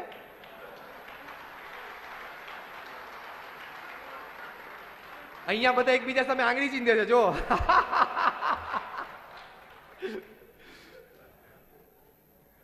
કોના પડીકા હીરાના કેટલા ફર્યા દિવસમાં, કોના ખિસ્સામાંથી નીકળ્યું, કોના ખિસ્સામાં ગયું. બહુ લાંબી ચિંતા ના કર, આખો દરિયો નહીં પીવાય. તને તરસ લાગ્યો ત્યારે ખાલી એક જગ જ પીવાય, વધુમાં વધુ ડોલ નથી પીવાતી. તારા જે 2-5 પડીકા સાંજ પડ્યો હોય ને હીરાને, એટલો તું ધ્યાન રાખ, બાકી ગાંડો થઈ જઈશ. વોરેન બફેટે at 6 he throws his pen on the table, he comes back home. Warren બફેટને જ્યારે વચ્ચે પૂછ્યું કે રિયલી, ત્યારે વોરેન બફેટ બહુ સરસ બોલ્યા કે સવારે 9 થી સાંજે 6 હું બિઝનેસમેન છું, સાંજે 6 થી રાત્રે 10 હું ફેમિલી મેન છું. See, this is balance. તો કોઈ દિવસ સ્ટ્રેસ નહીં આવે. તો આ સ્ટ્રેસ મેનેજ થશે. આ ટાઈમિંગ તમારે મેનેજ કરવા પડશે. વોરેન બફેટના પત્નીએ બીજી વાત કરી કે અમારા 50 વર્ષના લગ્ન જીવનમાં એક પણ દિવસ એવો બાકી નથી કે જ્યારે અમે અમારા સંતાનોને ભણાવવા માટે અડધો કલાક સાથે બેઠા ના હોય. એ સંતાનો મોટા થયા પછી અમારા પૌત્ર અને પૌત્રીને પણ અમે જ ભણાવ્યા. અને આજે અમારા પરપૌત્ર નાના નાના બધા 1, 2, 3 વર્ષના છે, એટલે અમારા ગ્રેટ ગ્રેન્ડ ચિલ્ડ્રન એને પણ અમે જ ટ્યુશન આપીએ છીએ. આજે 70+ વર્ષની ઉંમર પછી પણ વોરેન બફેટ એના પત્ની એમના ગ્રેટ ગ્રેન્ડ ચિલ્ડ્રનને રોજ સાંજે અડધો કલાક ટ્યુશન જાતે આપે છે. અને તમે લોકો તમારા સંતાનોને કે તમારા પૌત્રને એ શું ભણે છે ટ્યુશન આપવાની વાત તો પછી એનો ખ્યાલ નથી રાખતા અને ટ્યુશનના સાહેબો રાખી દો છો. એટલે તમને ટ્યુશન પોસાય છે અને વોરેન બફેટને નહોતું પોસાતું એમ ને? વોરેન બફેટને બિચારાને ટ્યુશનના પૈસા નહીં પોસાતા હોય એવું હશે ને? એને પૂછ્યું વાય, કેમ?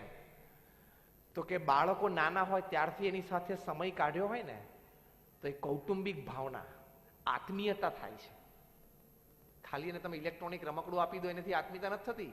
You have to spend your quality time and your quantity time with your children, with your grandchildren, with your great grandchildren. If you don't, family values don't blossom. કૌટુંબિક ભાવનાઓ બ્લાઝમ થાય નહીં.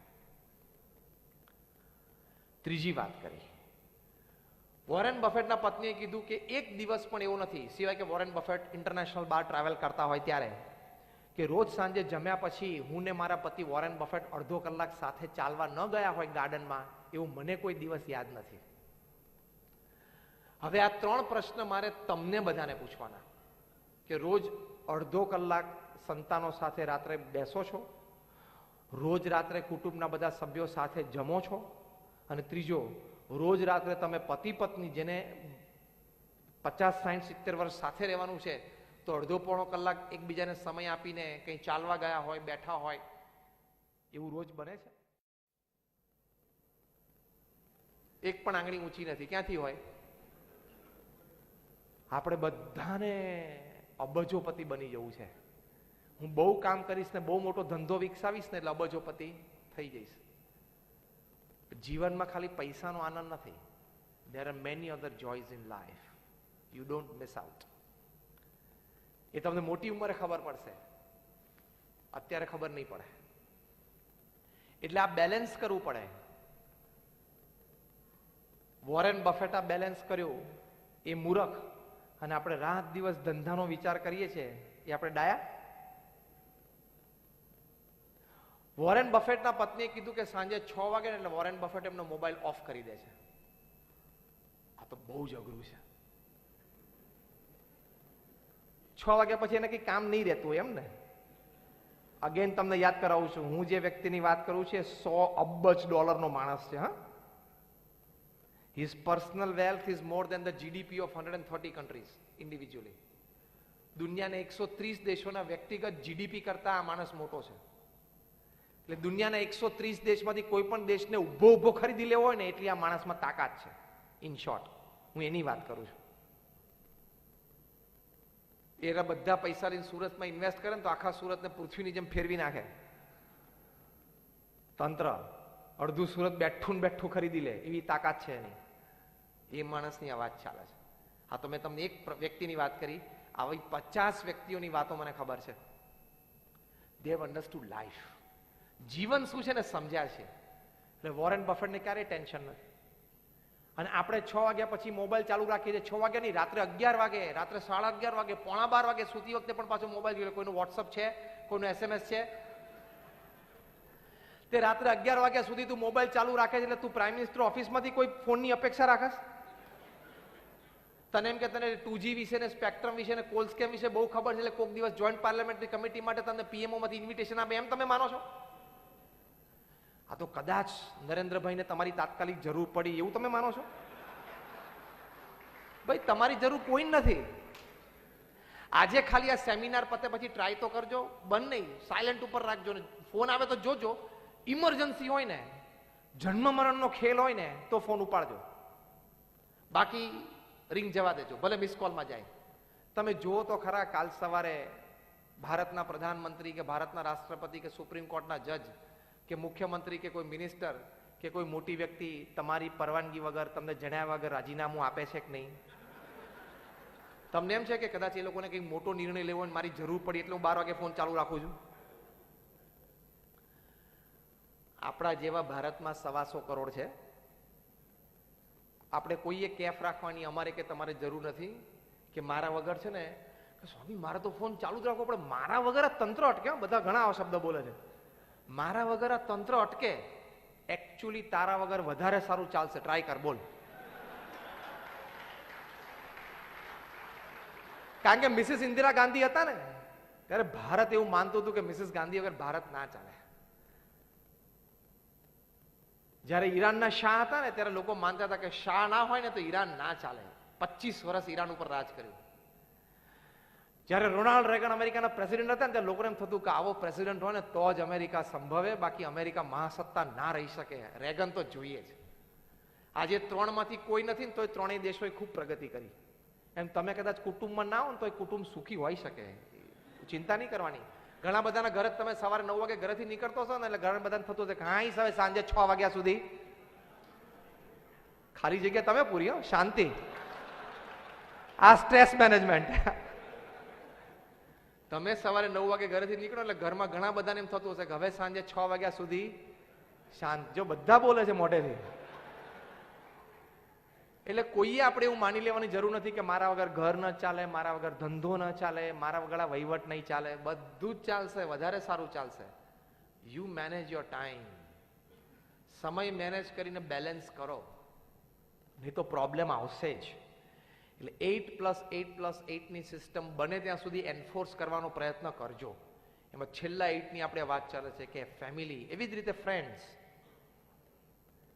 એવી રીતે હેલ્થ, હાઇજીન અને hobby.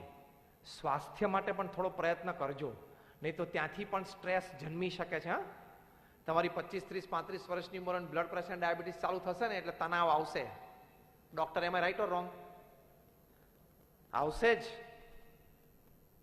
એ તમે લગ્ન પ્રસંગમાં ગયા હો અને ફર્સ્ટ ક્લાસ સુરતી ઘારી ઘીની લસબસતી પડી હોય અને તમે ખાઈ નહીં શકો ને, એમાંથી તણાવ જન્મશે. Stress can come by that way also. એટલે હેલ્થ અને હાઇજીન ઉપર અત્યંત ધ્યાન રાખજો. સુરતમાં ઓબેસિટીના પ્રશ્નો બહુ વધવા માંડ્યા છે, એટલે કે સ્થૂળપણું, જાડાપણું, એના પ્રશ્નો બહુ વધતા ગયા. કારણ કે અહીંના ખોરાકમાં તેલ મુખ્ય છે. શાક ને બધું જે તેલમાં તરતું હોય છે ને ભયંકર છે. સુરતમાં હાર્ટ એટેક, કાર્ડિયાક એરેસ્ટનો રેટ પોપ્યુલેશન પ્રમાણે પણ બહુ જ ઊંચો છે. એનું કારણ આ છે બેઠાડું જીવન. ઓબેસિટી, એસી ઓફિસમાં તમે 8-10 કલાક રહો એટલે જાડાન પોળા થવા જ માંડવાના. એટલે હેલ્થ માટે, એક્સરસાઇઝ માટે પણ અડધો-પોણો કલાક રોજ કાઢવો જોઈએ, તો તમે મેનેજ કરી શકશો. હેલ્થમાં એક્સરસાઇઝની સાથે સાથે, આમાં હું ડીપ જતો નથી કારણ કે આ તો બધા ઘણા બધા ટ્રેનર્સ હોય જે કરે છે, પણ યોર ફૂડ હેબિટ્સ, શાસ્ત્રમાં લખેલી વાત તમે લોપો ખોરાક સંબંધી એટલે પણ સ્ટ્રેસ આવશે. Now we are coming to the 4th point. Stress ક્યાંથી આવે છે? શાસ્ત્રમાં લખેલું છે કે સવારે રાજા જેવું ખાવું, બપોરે શેઠ જેવું ખાવું અને સાંજે ભિખારી જેવું ખાવું. આપણે રિવર્સ થઈ ગયું. આપણું મેઇન ફૂડ ડિનર થઈ જાય છે ને, રાત્રે પાર્ટીઓમાં ગયા હોય એટલે ભરપેટ ભોજન. તમે 9 વાગ્યા પછી રાત્રે જમો અને રાત્રે સુવો, તમે ગમે તેટલી એક્સરસાઇઝ કરો ને તો તમારું પેટ 12 વાગ્યા આગળ રહે જ નહીં. જેનું પેટ બહાર હશે ને બધા તમે 8:30 પછી જમતા હશો, 9 વાગ્યા પછી. હેપન્સ. એક આ વાત લખી છે. બીજું લખ્યું છે ગરમ ગરમ જમવું અને ઠંડા પાણીએ નાવું. આપણે રિવર્સ થઈ ગયું. ઠંડુ ઠંડુ ફ્રીજનું જમવું અને ગરમ પાણીએ નાવું. ઇફેક્ટિંગ યોર હેલ્થ. અહીંથી સ્ટ્રેસ જન્મી શકે છે કારણ કે તમારી હેલ્થ બગડે છે. પ્રમુખ સ્વામી મહારાજ એક આગળની સરસ વાત કરી છે. પ્રમુખ સ્વામી મહારાજ સાહજિક એક વખત બોલેલા કે કમ ખાઈએ તો શરીર સારું રહે અને ગમ ખાઈએ તો મન સારું રહે. Stress management. કોઈ જગ્યાએ તણાવ આવે જ નહીં, શરીર સારું રહે અને મન સારું રહે તો તણાવ આવવાની શક્યતા જ નથી. એટલે યોર ફૂડ હેબિટ્સ, શાસ્ત્રમાં લખેલું છે, શ્રીમદ ભગવદ્ ગીતામાં ભગવાન સ્વામિનારાયણે પણ વચનામૃતમાં લખ્યું છે, વિષયા વિનિવર્તન્તે નિરાહારસ્ય દેહિનઃ. અત્યંત ખોરાક ઉપર સંયમ જોઈએ. ઘણા તો પેટ આમ ગટર હોય ને એવી રીતે અંદર બધું નાક કરે છે. You have two control your self, ને તેમાંથી બહુ જ હેલ્થ રિલેટેડ ઇસ્યુઝ ઊભા થાય છે. અને આ જંક ફૂડ, એના તો બધા આર્ટિકલ્સ તમે વાંચ્યા હશે, હું તો ખાલી એક જ લીટીમાં કહું છું, એમાંથી મલ્ટિપલ ડિઝીઝ ઊભા થાય છે. બરાબર છે ને? આ તૈયાર ફૂડ બધું આવે છે, જંક ફૂડ અને સોફ્ટ ડ્રિંક્સ, એ તમારી હેલ્થ ભયંકર રીતે બગાડી શકે. એમાંથી પછી સ્ટ્રેસ જન્મશે. એટલે આ સ્ટ્રેસ માટે health is also very important. Fifth important thing is sum lack of basic understanding. અમુક મૂળભૂત વિચારો એ આપણા મનમાં એકદમ ક્લિયર હોવા જોઈએ અને આપણા વર્તનમાં પણ એકદમ સ્પષ્ટ હોવા જોઈએ. કેવા વિચારો? તો પહેલા આપણા એટીટ્યુડ સંબંધી વિચારો, એટલે કે આપણા દ્રષ્ટિકોણ અને વલણ સંબંધી વિચારો. સમજવાનું કે બધું આપણું ધાર્યું નથી થતું, આપણા મન પ્રમાણે નથી થતું. મારું ધાર્યું થાય, મારા મન પ્રમાણે થવું જોઈએ, કારણ કે હું આ કુટુંબનો વડીલ છું, હું આ ધંધાનો ચેરમેન છું, એટલે હું કહું એમ થવું જ જોઈએ. છે આ શક્ય? યસ ઓર નો? અહીંથી સ્ટ્રેસ જન્મે છે. આપણા વલણ, આપણી માનસિકતા અને આપણા વિચારો. પરિસ્થિતિને અનુકૂળ થવું એ પણ આપણું વલણ છે. વ્યક્તિને અનુકૂળ થવું એ પણ આપણું વલણ છે. સંજોગોને અનુકૂળ થવું એ પણ વલણ છે. અનુકૂળતા તો લાઈફમાં બધાએ લાવવી પડશે. દરેકનું મનનું ધાર્યું કાયમ નથી થતું.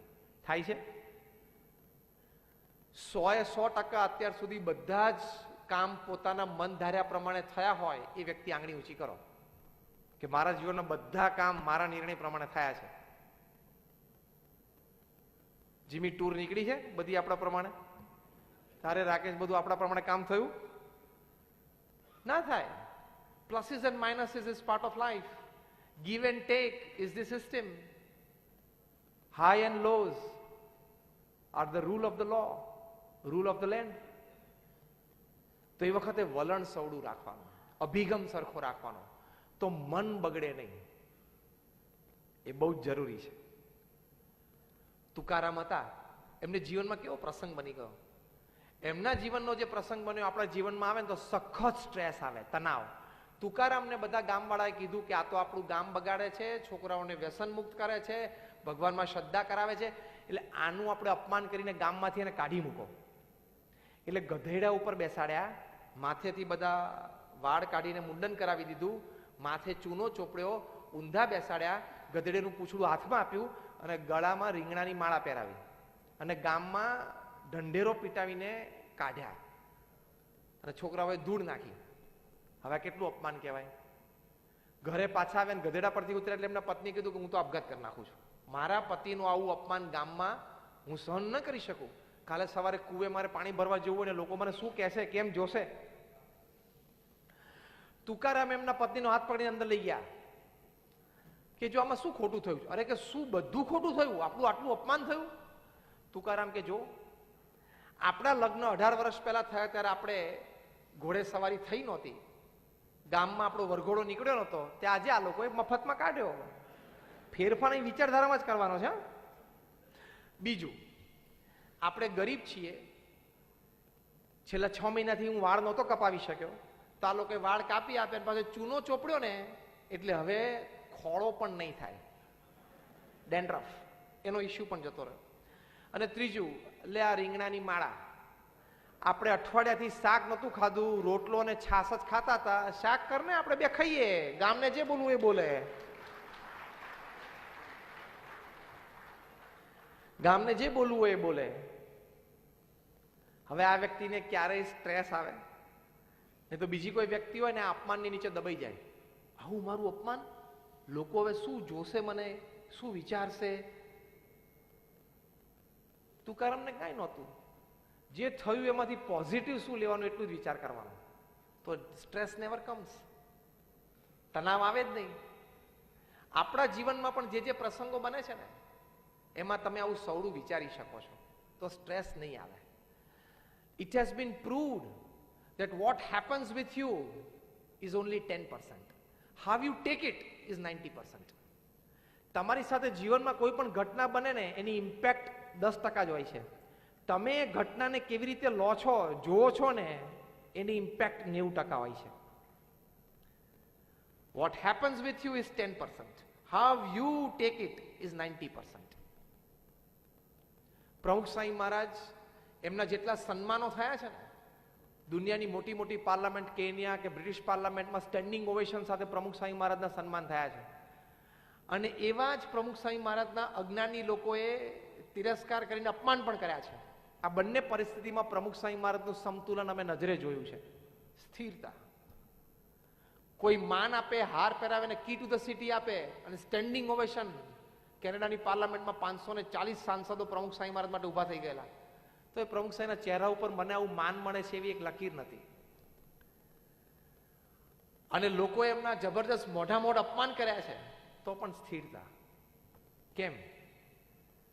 આ વલણ કે તમારી સાથે જે કંઈ ઘટના બને છે ને એની ઇમ્પેક્ટ 10% જ છે. તમે ઘટના વિશે શું વિચારો છો, કેવી રીતે લો છો, એની 90% ઇમ્પેક્ટ છે. તો પ્રમુખ સ્વામી મહારાજ એવું માને છે જે કંઈ થાય છે ભગવાનની ઈચ્છાથી થાય છે. માન મળ્યું, ભગવાનની ઈચ્છા. અપમાન થયું, ભગવાનની ઈચ્છા. આપણે શું કામ આપણો આનંદ ગુમાવો? હવે આ વ્યક્તિને કોઈ દિવસ સ્ટ્રેસ આવે? કોઈ દિવસ તણાવ ના આવે. પ્રમુખ સ્વામી મહારાજ એક બહુ સરસ વાત સમજાવે છે કે જીવનમાં ક્યારેય સામાજિક કે કૌટુંબિક જીવનમાં તણાવ ના આવે એની માટે એક સમજણ, એક વલણ, એક વિચાર શું રાખવાનો. ધારો કે પ્રમુખ સ્વામી મહારાજ બહુ સરસ સમજાવે છે કે કોઈ તમને કીધું કે તમે ગધેડા જેવા છો. હવે આટલી ભર સભામાં કોઈ વ્યક્તિને કહું તમે તો ગધેડા જેવા છો, તમને કેવું લાગે? અપમાન લાગે ને? કોઈને પણ લાગે. પ્રમુખ સ્વામી મહારાજ કહે છે કે કોઈ તમને એમ કે ને ગધેડા જેવો છો, એ સ્વામી કહે છે કે આપણે આંખ બંધ કરવી અને 2-5 સેકન્ડ વિચારવું કે મારે ધોળું ચામડું છે, મારે પૂંછડું છે, મારે 4 પગ છે, મારે લાંબા લાંબા કાન છે? નથી. તો હું ગધેડો નથી, હું માણસ છું. આટલું જ વિચારવાનું હોય છે આમાં. પ્રમુખ સ્વામી મહારાજ કહે છે કે તને ગધેડો કીધો ને ત્યારે તું ગધેડો નથી થયો, પણ તે બાઈ ચડાવીને કે મને ગધેડો કીધું, હવે થયો, હવે તું થયો. કોઈ કહી જાય એમાં ક્યાં આપણે બની જઈએ છીએ? કોઈ આપણને કહી જાય એમાં આપણે બની નથી જતા. જે રિએક્શન આપીએ છીએ ને ત્યારે આપણે બનીએ છીએ. That reaction is stress. એ જે રિએક્શન છે ને પછી આખી જિંદગી યાદ રાખે કે આને મને ગધેડો કીધો હતો. બોલે, જીભ છે તો બોલે. પ્રમુખ સ્વામી મહારાજ બીજું શીખવાડે છે. તમારું નામ શું? લાલજીભાઈ, પ્રકાશના ફાધર. હા, આપણે મળ્યા છીએ. તમને કોઈ એમ કે આમ હાથ લાંબો કહીને કે તમે તો લાલજીભાઈ ગધેડા જેવા છો, તો આટલું જ વિચારવાનું છે. અને બીજું તમારી સામે જોઈને કહું કે કાંતિભાઈ અહીંયા હો તો તમે મને શું કહો? હું કાંતિ નથી. તમે બોલ્યા ને કે હું કાંતિ નથી, હું લાલજીભાઈ છું. એમ કોઈ ગધેડો કહેતા આટલું જ કહેવાનું, ભાઈ હું ગધેડો નથી, હું મુકેશ, ચિરાગ, અનિલ એટલો જ છું, હું ગધેડો નથી. તમારે ક્યાંક જોવામાં ફેર લાગે, આટલું જ કહેવાનું છે. બહુ સ્થિરતા રાખવાની, બહુ જ ધીરજ રાખવાની. તમને કોક એક શબ્દમાં ઇગ્નાઇટ કરી જાય એટલા બધા તમે વીક છો. કોક એક શબ્દ નાખે અને તમે ઇગ્નાઇટ થઈ જાઓ એટલા બધા વીક છો. હા કે ના? હા કે ના બોલો? ના. તો હવે કોક ગધેડો કે ત્યારે રિએક્શન બરોબર આપજો, મેં શીખવાડ્યું એવી રીતે. હા, રોજ સવારે પોતાની જાતને કહેવાનું I am not that weak that anybody can ignite me anytime. કોક મારો ટેમ્પરામેન્ટ ને મારો મૂડ એક સેકન્ડમાં અને એક શબ્દમાં ફેરવી નાખે એટલો બધો હું નિર્બળ નથી. આપણે છે ને આપણા બધા મૂડ ની ચાવીઓ બીજાને આપી રાખી છે. તમે જોજો, એક સેકન્ડમાં કોક આપણને મૂડલેસ કરી નાખે, એક સેકન્ડમાં કોક આપણને મૂડમાં ચડાવી દે. આપણે ચાવીઓ બીજાને આપી રાખી છે એટલે સ્ટ્રેસ આવે. પાર્ટીમાં કોઈ સારા કપડાં પહેરીને આવ્યો ને 3 જણાને તમે વારાફરતી મોકલો ને કે જામતું નથી, પછી 2 મિનિટ પછી પાછો બીજો જાય, કોમ્બિનેશન કેમ આવું પહેરી લાવ્યો? કોઈક ત્રીજો જાય કે ભૂરું લાલ પહેરાતું હશે, પેલો પાર્ટીમાંથી જતો રહ્યો કપડાં બદલાઈને આવે. એટલું આપણું માનસ વીક હોય છે. ભાઈ તે નક્કી કર્યું, તે પહેર્યું છે ને, એન્જોય, સિમ્પલ. અમે આ કપડાં પહેરીને આખી દુનિયામાં ફરી તો લોકો જોયા કરે કે આ શું પહેરે છે. ફાઇન, એ જોવે તો એ જોવે. મને જે ગમ્યું, જે સારું લાગ્યું, મારા ગુરુની જે આજ્ઞા છે એ પ્રમાણે છે, it's fine, it's okay, you live your life. તમે તમારી લાઈફ પરફેક્ટ એટીટ્યુડથી જીવતા હો ને તો કોઈ તમને ડિસ્ટર્બ નહીં કરી શકે. એટલે પછી તમે શું કામ સ્ટ્રેસમાં આવી જાઓ? તમે કેવી રીતે સ્ટ્રેસમાં આવી જાઓ? પિયુષને આજે કહેજો, હવે મને પકડાયું, ધર્મનંદન પિયુષ મુંબઈમાં અમે ખૂબ મળેલા. કોક તમને આપણને શું કામ ડિસ્ટર્બ કરી જાય? The moment you get disturb you are a very weak person. Swami Vivekananda કહેતા કે if you want to check how strong you are, check the number of times you get disturbed in a day. તમે કેટલા તાકાતવાન છો એ તમારે check કરવું હોય તો કેવી રીતે ચેક કરવું? દિવસમાં કેટલી વખત વગર કારણે તમારું મોઢું દિવેલ પીધેલું થઈ જાય છે. તમે ફર્સ્ટ ક્લાસ એસી ઓફિસમાં બેઠા હોય, તમારા 3 ગ્રાહક બેઠા હોય, સારો ધંધો લઈને આવ્યા હોય, તો એ ખાલી માહિતી મળે ને કે તમારા પ્રતિસ્પર્ધીને તો બેલ્જિયમમાં એક મોટો ઓર્ડર મળ્યો, અહીં બેઠો બેઠો ડાઉન. હશે એટલે આ વાતમાં કંઈક તથ્ય તો હશે. એની ખીચડી એ ખાય છે, તારી ખીચડી તું ખાય છે, શું કામ તકલીફ કરે?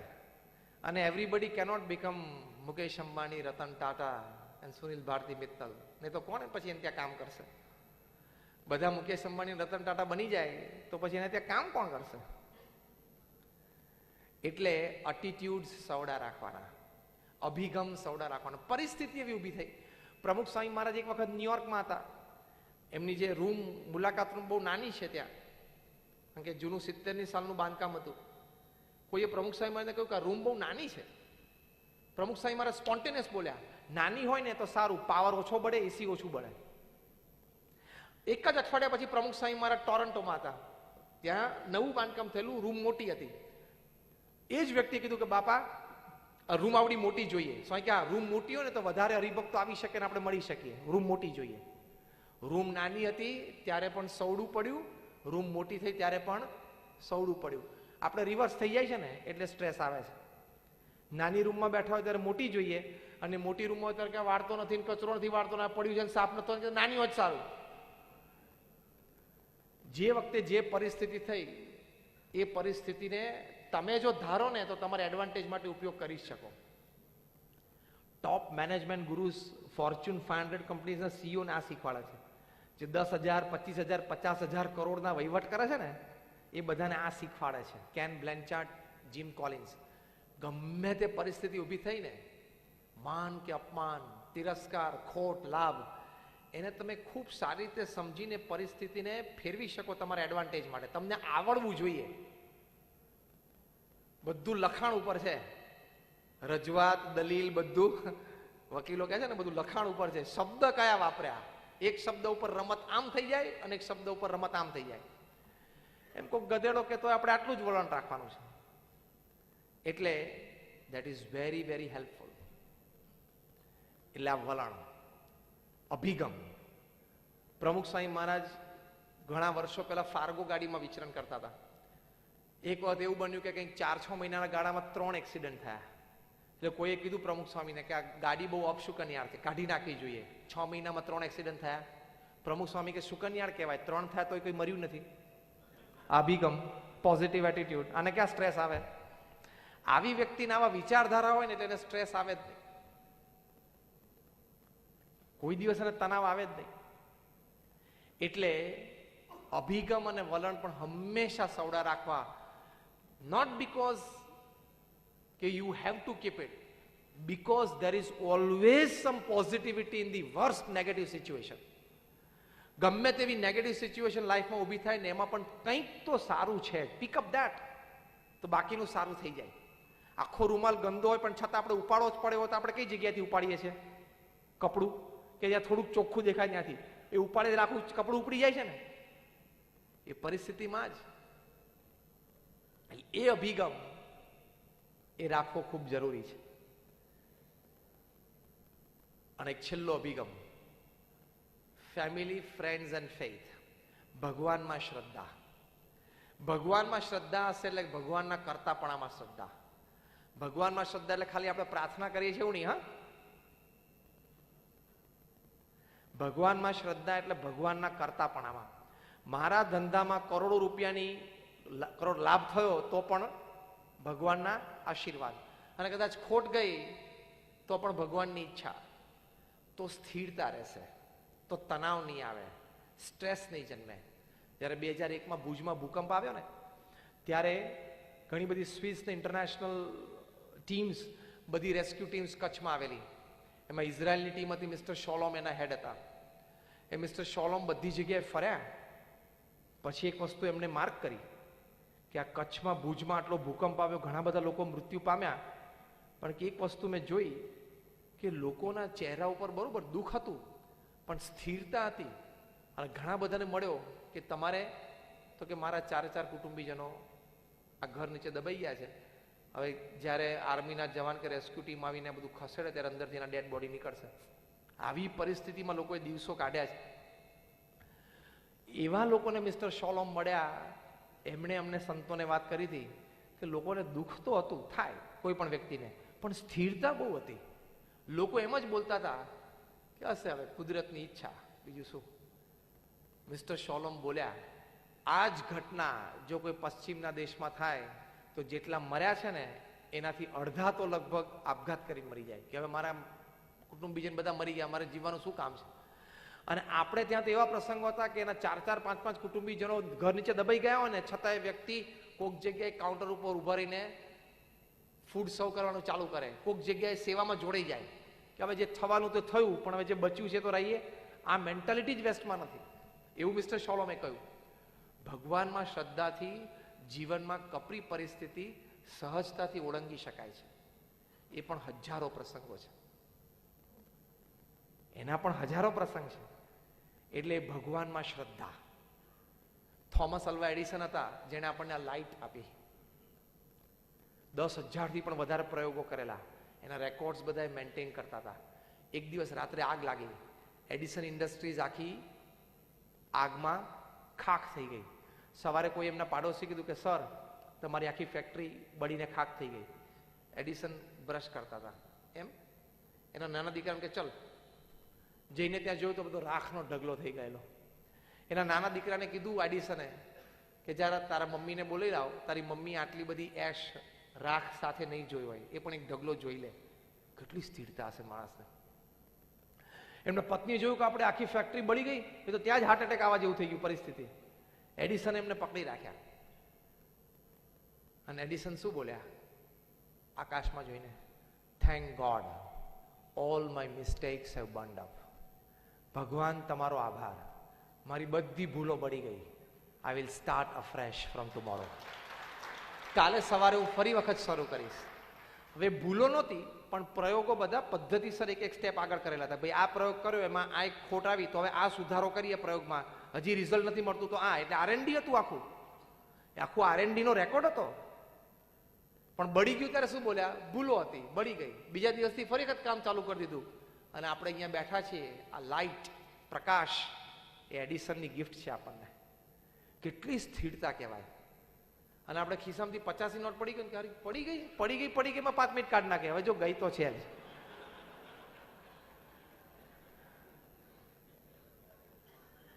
અમુક વસ્તુ જીવનમાં સ્વીકારી લેવાની એટલે સ્ટ્રેસ ના આવે કોઈ દિવસ. ભગવાનમાં શ્રદ્ધા હોય એને કોઈ દિવસ સ્ટ્રેસ આવ્યો જ નથી. થોમસ અલ્વા એડિસનને ના આવ્યો, મીરાબાઈ તુકારામ નરસિંહ મહેતાને ના આવ્યો. તો એ ભગવાનમાં શ્રદ્ધા એ બહુ જ ઇમ્પોર્ટન્ટ વસ્તુ છે. એની માટે નિત્ય પ્રાર્થના કરવી. હવે આ પણ તમને એમ લાગશે કે સાધુ છું એટલે રોજ ભગવાનને પ્રાર્થનાની વાત કરું છું. હું તમને 100 મહાન વૈજ્ઞાનિકોના નામ આપું. Thomas Alva Edison, Sir Isaac Newton, Archimedes, Albert Einstein, આ દુનિયાના પ્રથમ 100 વૈજ્ઞાનિકો રોજ પ્રાર્થના કરતા હતા. મૂર્ખ હતા? ફોર્ચ્યુન 500 કંપનીઝના CEOs ને ટ્રેન કરનારા બધા મેનેજમેન્ટ ગુરુ છે. 1 મિનિટ બોલવાના 1 લાખ રૂપિયા લે છે. એટલે કે 1 કલાક બોલવાના $1 લાખ ચાર્જ કરે છે.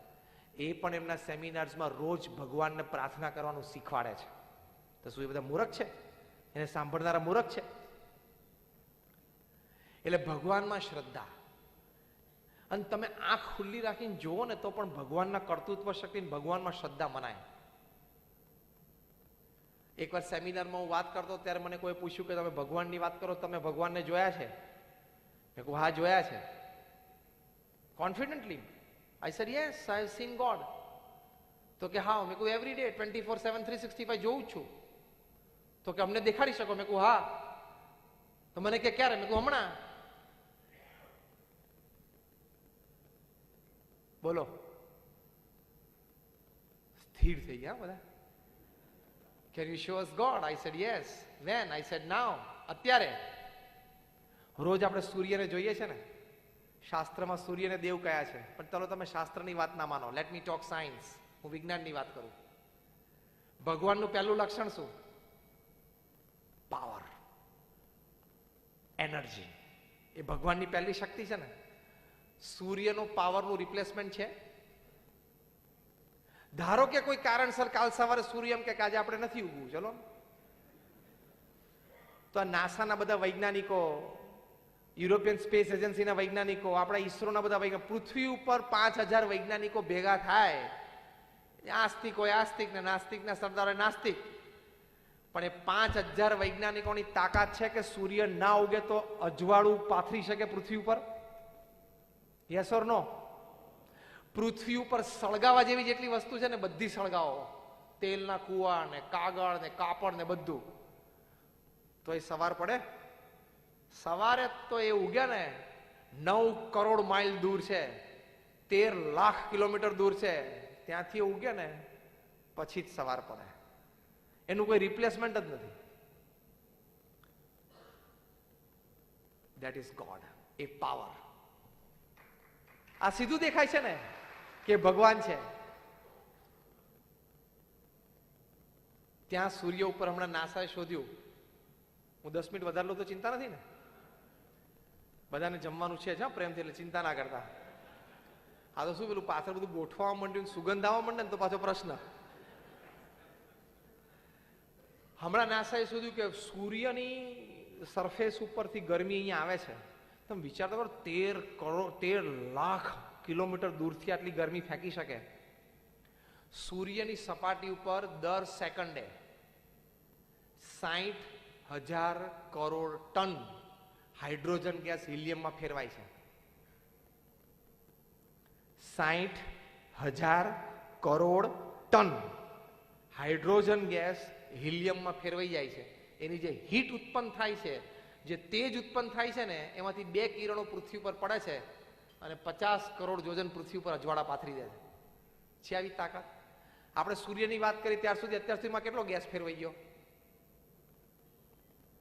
પતી ગયું. તમારા સુપર કોમ્પ્યુટરે પતી ગયા, કેલ્ક્યુલેટર તો પતી ગયા, મોબાઈલના સુપર કોમ્પ્યુટરે પતી ગયા. ઝીરો આટલા આવવા જોઈએ ને ડિજિટમાં. હવે એટલો ગેસ પૃથ્વી ઉપરથી કાઢવો હોય તો ધારો કે એટલો ગેસ કાઢ્યો એટલે પૃથ્વી આવડી થઈ જાય, લીંબુ જેવડી. એટલો પાવર છે એનો. બીજું, 7 અબજની વસ્તી સવારના પોરમાં ઉઠીને ધૂળ નાખવા માંડે. ખાલી 45 ડિગ્રી ટેમ્પરેચર શેનો વરસાવે? ઢાંકી દઉં. 7 અબજની વસ્તી ધૂળ ને પ્લાસ્ટિક ને પેલા કંતાને બધું ઊંચું કરવા માંડે, એટલે ડાઘ લાગે. ધૂળ નાખે તો એ ધૂળ ક્યાં આવીને પડે? આપણે માથે. અને સૂર્યને ઢાંકવાનો પ્રયત્ન કરો તો ઢંકાય.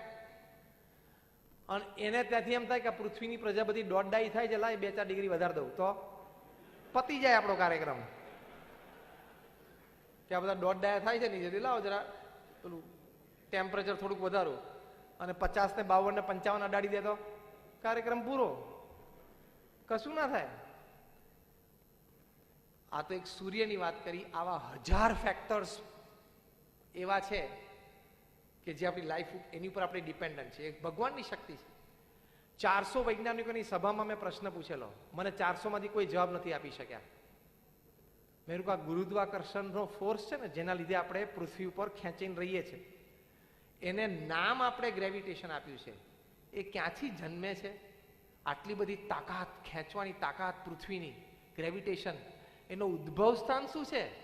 અને પૃથ્વી પર એક વ્યક્તિ હતો ત્યારે પણ ગ્રેવિટેશન માપમાં હતું, અને 7 અબજ છે ત્યારે માપમાં છે, અને આખી પૃથ્વી ઉપર માપમાં છે. એવું નથી કે ન્યુઝીલેન્ડમાં પેલી નદીની પેલી બાજુ જઈએ ને ત્યાં પગ અડધા અંદર જતા રહે છે, ત્યાં ગુરુત્વાકર્ષણ વધારે છે, અને ન્યુયોર્કની પેલી બાજુ જઈએ તો ગુરુત્વાકર્ષણ ઓછું છે, તો 2 ફૂટ ઉપર ઉડીએ છે. એવું થાય છે? પૃથ્વી ઉપર ગમે ત્યાં તમે જાઓ તો વધારે ખેંચાઈ જતો અથવા વધારે હલકાપણાનો અનુભવ નથી થતો. Equal distribution of energy, pulling power ગુરુત્વાકર્ષણનો. એ કોક માઇન્યુટલી અરેન્જ કરતો હોય ને તો થાય, બાકી ના થાય. મેં 400 વૈજ્ઞાનિકોને ચેલેન્જ આપી કે આ ગ્રેવિટેશન, ગુરુત્વાકર્ષણ તમે નામાભીકરણ એનું કર્યું છે, એ જન્મે છે ક્યાંથી મને કહો? Nobody answered. અને જન્મે છે ને 7 અબજની વસ્તીને કરોડો ઢોરને પકડી રાખે છે, તો એનર્જી યુઝ થતી હોવી જોઈએ ને. હું તમારો હાથ ખેંચું તો મારી કંઈક શક્તિનો ઉપયોગ થયો ને. એમ 7 અબજની વસ્તીને ખેંચી રાખે તો શક્તિનો ઉપયોગ થયો ને. તો ઉપયોગ થઈ ગયો તો એ ઘટે છે, અને ઘટે છે તો પાછી ક્યાંથી બને છે? અને જેટલી ઘટી એટલી જ બને છે. બોલો. Nobody can answer. 400 વૈજ્ઞાનિક આન્સર ના આપે તો આપણે તમેનું શું આન્સર આપવાના? આવી તો બધી 1000 વસ્તુ છે. પૃથ્વી જે સ્પીડે ફરે છે 1,00,000 કિલોમીટર પર આવર, 1 કલાકની 1,00,000 કિલોમીટરની સ્પીડે ફરે છે. ધારો કે કાલ કંઈક આટા બાટા ઓછા થઈ ગયા, ઓછી ફરવા માંડે તો,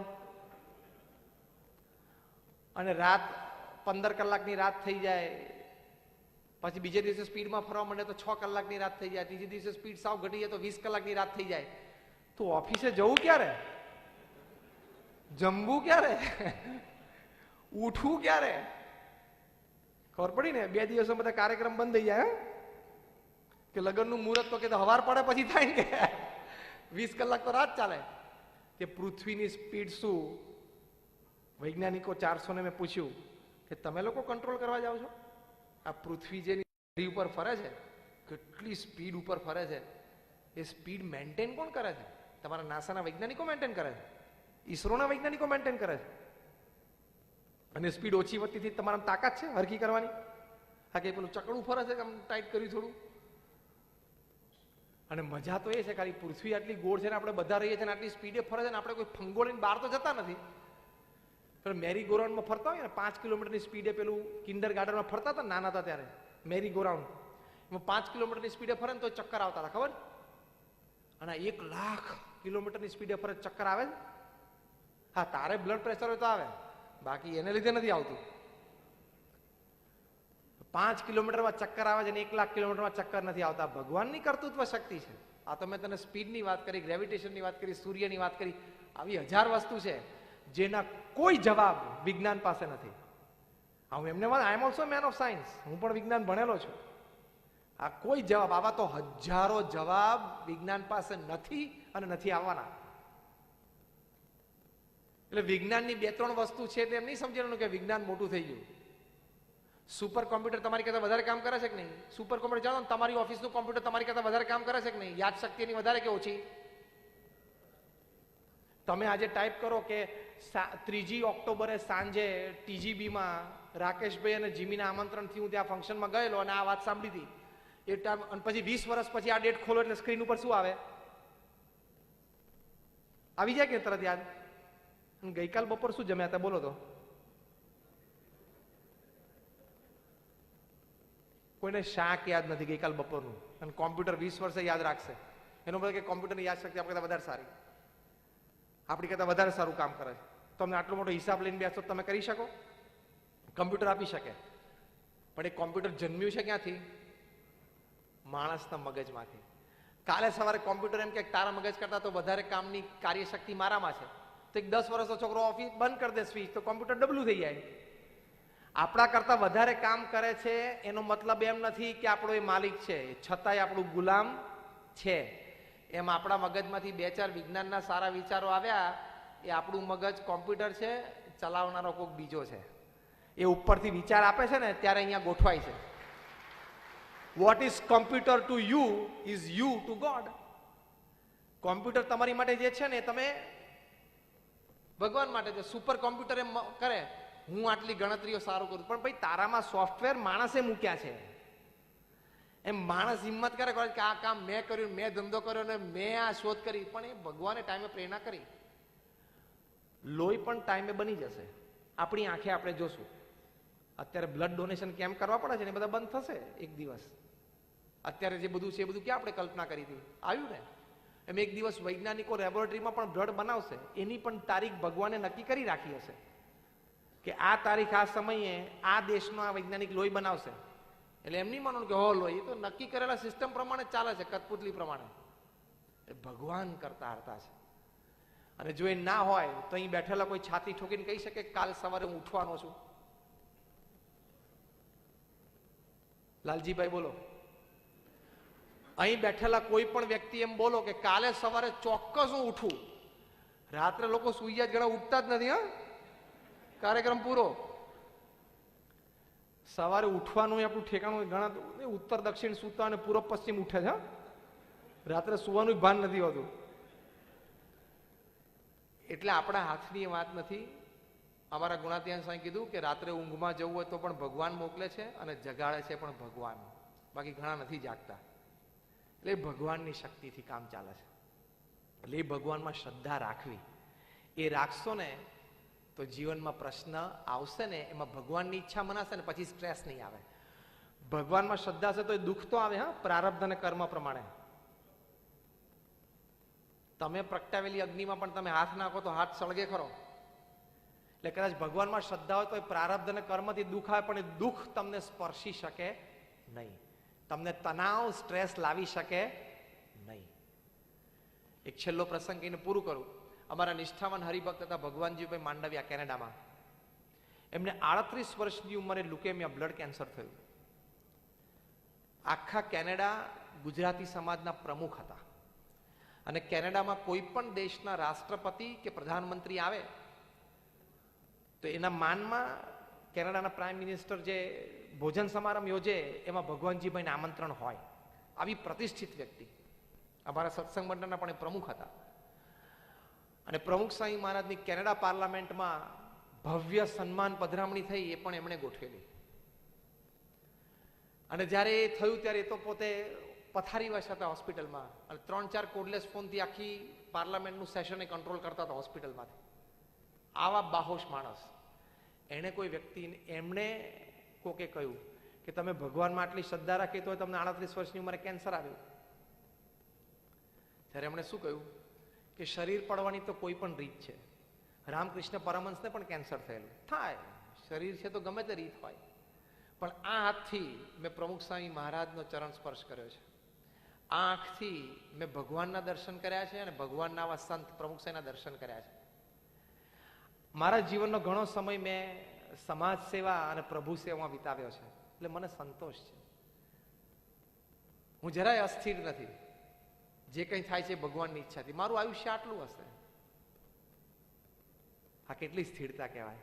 નહીં તો કેટલો સ્ટ્રેસ આવે. દીકરાનું શું થશે ને, દીકરીનું શું થશે ને, આ થશે. એટલે ભગવાનમાં શ્રદ્ધા હશે તો ભગવાનનું કર્તૃત્વ મનાશે, ભગવાનની કર્તા શક્તિ મનાશે, તો તમને કોઈ દિવસ સ્ટ્રેસ આવશે નહીં. આ બધી જ જે વાતો કરી એને સમાપનમાં જ્યારે અર્જુનને કુરુક્ષેત્રના મેદાન ઉપર સખત સ્ટ્રેસ આવી ગયેલો કે મારે સગાવાલાને મારવાના, આ લોકો સાથે યુદ્ધ કરવાનું, સખત તણાવમાં આવી ગયા હતા અર્જુન. ત્યારે ભગવાન કૃષ્ણએ એમને શું કહ્યું, અત્યારે મોડર્ન સ્ટ્રેસ મેનેજમેન્ટમાં શીખવાડે છે, ઓફિસને ગ્રીન કલરની કરો, સાંજે ઠંડા પાણીનું શાવર લો, તમારું મ્યુઝિક બરોબર જે તમને ગમતું એ નિયમિત સાંભળો, અઠવાડિયે એક વખત બીચ ઉપર વોક કરવા જાઓ. આ બધા સ્ટ્રેસ રિલીફના સાધનો ડોક્ટર્સ, મેડિકલ સાયન્સ બતાવે છે. જે ભગવાન કૃષ્ણ અર્જુનનો રથ બીચ ઉપર લઈ ગયા હતા સ્ટ્રેસ મેનેજ કરાવવા માટે. ઉતરીને આખો રથ ગ્રીન પેઇન્ટ કરી નાખેલો. ભગવાન કૃષ્ણએ અર્જુનને સ્ટ્રેસમાંથી રિલીવ કરવા માટે, તણાવમાંથી મુક્ત કરવા માટે શું કહ્યું? વિચાર આપ્યો, વિચારની દ્રઢતા કરાવી. પહેલા શું કર્યું? કર્મણ્ય વાધિકાર હસ્તે માં ફલેશુ કદાચન. તારી કામ કર્મ કરવાનું છે, ફળ હું નક્કી કરીશ. ભગવાન શું કહે છે? તારે તારું કર્મ કરવાનું, ફળ હું નક્કી કરીશ. આપણને તણાવ કેમ આવે છે? કે ફળ આપણે નક્કી કરવું છે. રાઈટ ઓર રોંગ બોલો? અહીંયા તણાવ જન્મે છે, સ્ટ્રેસ. કર્મ હું કરું અને ફળ પણ હું નક્કી કરું. આ વખતે ટર્નઓવર 200 કરોડ થવું જ જોઈએ. Is good. એમ રાખવાનો, મેનેજમેન્ટની દ્રષ્ટિએ સાચું છે. પુરુષાર્થ પણ કરવાનો, પણ સાથે સમજણ કે મારા દરેક પુરુષાર્થ, દરેક વિચાર, દરેક આવડત પછી પણ ફળ તો ફાઇનલી ભગવાનના હાથની વાત છે. કારણ કે 10 ફેક્ટર તમારા હાથમાં છે, તમારા કંટ્રોલમાં છે, જેના લીધે ધંધો વધે. સામે 10 દુ 20 ફેક્ટર એવા છે કે જેના લીધે ધંધો ઘટે. એ તમારા હાથની વાત નથી. એમાં રાઈટ ઓર રોંગ તમને બધાના અનુભવ હશે. પૂર આવી ગયું, દુષ્કાળ પડી ગયો, વરસાદ ઓછો પડ્યો. વરસાદ ઓછો પડે સીધો હીરા ઉપર ઇફેક્ટ આવે છે કે નહીં? વરસાદ ઓછો પડે રિયલ એસ્ટેટ ઉપર ઇફેક્ટ આવે છે કે નહીં? હા કે ના? હવે વરસાદ તમારા કંટ્રોલમાં છે? હા. ફ્લેટ બાંધવાય તમારા કંટ્રોલમાં, એમેનિટીઝ આપીએ તમારા કંટ્રોલમાં, પણ વરસાદ તમારા કંટ્રોલમાં નથી. અને રિયલ એસ્ટેટ અને હીરા એ બંને કેટલો બધો આધાર રાખે છે વરસાદ ઉપર. હા કે ના? બોલો બરોબર, એટલે ખબર પડે. તો એ ફેક્ટર ક્યાં તમારા કંટ્રોલમાં છે? એ ફેક્ટર કંટ્રોલમાં જ, શું કામ તણાવ લાવવાનું? એટલે સમજી રાખવાનું, if there are 10 factors you can control and grow your business, there are 20 factors which control you and can reduce your business. એટલે કર્મ કરવાનું, પુરુષાર્થ કરવાનો, જે કંઈ આવડત હોશિયારીઓ બધા લગાડી દેવાના, પણ સમજવાનું અને વિચાર દ્રઢ એ રાખવાનો, ફાઇનલ પરિણામ તો ભગવાનની ઈચ્છા હશે એ જ આવશે. તો તણાવ નહીં આવે, સ્ટ્રેસ. પહેલી વાત આ. બીજું, ભગવાન કૃષ્ણએ કહ્યું કે મન મના ભવ, તું તારું મન છે ને એ મારામાં રાખ. એટલે કે શું? તારા જીવનમાં જે કોઈ પ્રસંગો બને છે ને મારી ઈચ્છાથી બને છે, એમ તું માન, તો તને સ્ટ્રેસ નહીં આવે. અને ત્રીજું કહ્યું કે જે આત્મા માને છે પોતાની જાતને કે હું આ શરીર નથી, હું આત્મા છું, મારા તો અનંત જન્મ થઈ ગયા. ભગવાન કૃષ્ણે કીધું મારા તારા અનંત જન્મ થઈ ગયા. તરતી શોકમ આત્મવિદ, જે પોતાને માને છે કે હું આત્મા છું એ શોકને તરી જાય છે. એમાં 70-80 વર્ષની જિંદગી છે, 5-10 પ્લસ માઇનસ ભગવાનની ઈચ્છાથી. બાકી આ 70-80 વર્ષની રમત છે. હવે તમને એક નાની ગણતરી કરાવી દઉં એટલે તમને બહુ આશ્ચર્ય લાગશે. હા, રોજ 8 કલાક ઊંઘો. કોઈક અત્યારે 6-7 કલાક ઊંઘતું હશે, પણ નાના હતા ત્યારે 10-12 કલાક ઊંઘતા હતા, ગઢા થયું ત્યારે 10-12 કલાક, એટલે એવરેજ 8ની આવી જશે. 24માંથી 8 કલાક તમે સુવો છો, એટલે 1/3 of the day you are sleeping. 33% સુવામાં જાય છે. એટલે તમે 70 વર્ષ જીવો ને તો 23 વર્ષ તો તમારા સુવામાં જાય છે, જ્યાં તમને પોતાને ભાન ના હોય કે હું જીવું છું, મરું છું. ખબર પડી? રોજ ખાલી 4 મિનિટનું બ્રશ એટલે તમારું 1.5 વર્ષ તો બ્રશમાં જાય છે, ઘસવામાં જ. આવી બધી ગણતરી કરો ને તો છેલ્લે 70માંથી 12 વર્ષ ઉભા રહે છે ધંધા, નોકરી, આના માટે. એમાં તું શું વળી તોડી લેવાનો? દેશી ભાષામાં કહું છું, એમાં તું શું બધી કેરીઓ આંબામાંથી તોડી લેવાનો, કેરીઓ ઉતારી લેવાનો? એમાં કે થોડે આંબામાંથી કેરીઓ બધી તોડી લેવાના છીએ અને ભેગી કરીને જતા રહેવાના? કશું લઈ નથી જવાના. આટલો ટાઈમ છે, કોઈ ખોટી હોશિયારી મારવાની જરૂર નથી. બહુ ક્ષણિક છે. 70-80 વર્ષ એટલે કાંઈ નથી. કેટલા વર્ષ થયા લાલજીભાઈ? 60. 60 કેવી રીતે આમ પસાર થઈ ગયા ઝડપમાં, કઈ ખબર પડી? આ 60 આઈને ઉભા રહ્યા કે નહીં? કોકને 40 હશે, કોકને 25 હશે, ફટ પસાર થઈ ગયા, અને બીજા ફટ પસાર થઈ જાય છે. પૃથ્વી પર રોજ 1.5 લાખ માણસો વિદાય લે છે. 86,000 સેકન્ડ છે, 24 કલાક એટલે 86,200. એમાં 1.5 લાખ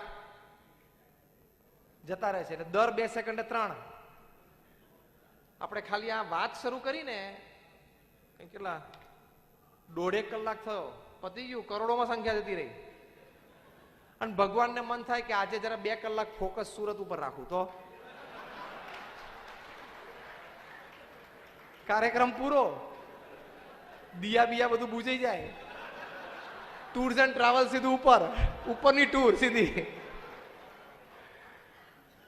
ભગવાન તો નક્કી કરે ફોકસ જરા આજે અડધો દિવસ સુરતમાંથી ઉઠાવા છે, તો કાર્યક્રમ પૂરો કરી નાખે આખા સુરતનો 2 કલાકમાં. તો એટલે આપણે કોઈ હેસિયત નથી, કોઈ હોશિયારી મારવાની જરૂર નથી. સીધી લીટીમાં જીવવું, સીધી લીટીમાં વિચારધારા રાખવી, ભગવાનમાં શ્રદ્ધા રાખીને જીવવું. Whatever happens in my life happens with the wish of God. ભગવાનની ઈચ્છાથી થાય છે. જીત હશે તો એ પણ આનંદ છે, હાર હશે એમાંથી પણ કંઈક શીખી લેશું ને આનંદ કરશું. લાંબુ જીવશું, ભગવાનની ઈચ્છા. અહીંથી અત્યારે ઘરે જતા કોઈકનો એક્સિડન્ટ થાય ને મૃત્યુ, તો પણ ભગવાનની ઈચ્છા. એમ સમજીએ ને તો સ્થિરતા રહેશે, તો આનંદ રહેશે, તો you will have lived your life. જો તમે 80 કે 90 વર્ષની ઉંમરે મૃત્યુ સૈયા ઉપર હોય ને તમારી છાતી ઉપર હાથ મૂકીને કહી શકો કે yes, I lived my life, હું મારું જીવન જીવ્યો, ધંધોય કર્યો, કુટુંબ પણ સાચવ્યું, સમાજ સેવા પણ કરી, લોકોને મદદરૂપ પણ થયો, ભગવાનની ભક્તિ પણ કરી, કોઈને નડ્યો નથી, કોઈનું મેં ખોટું નથી કર્યું. જો એવું પોતાની છાતી પર હાથ રોકીને મૂકી શકો ને, તો you have lived a stress free life, તો you have manage stress and that is life. એ ખરું જીવન છે. તો આજે આ બધા વિચારો અમારા તમારા આપણા બધાના જીવનમાં દ્રઢ થાય એવી ભગવાન સ્વામિનારાયણ અને પ્રમુખ સ્વામી મહારાજના ચરણોમાં પ્રાર્થના. જય સ્વામિનારાયણ.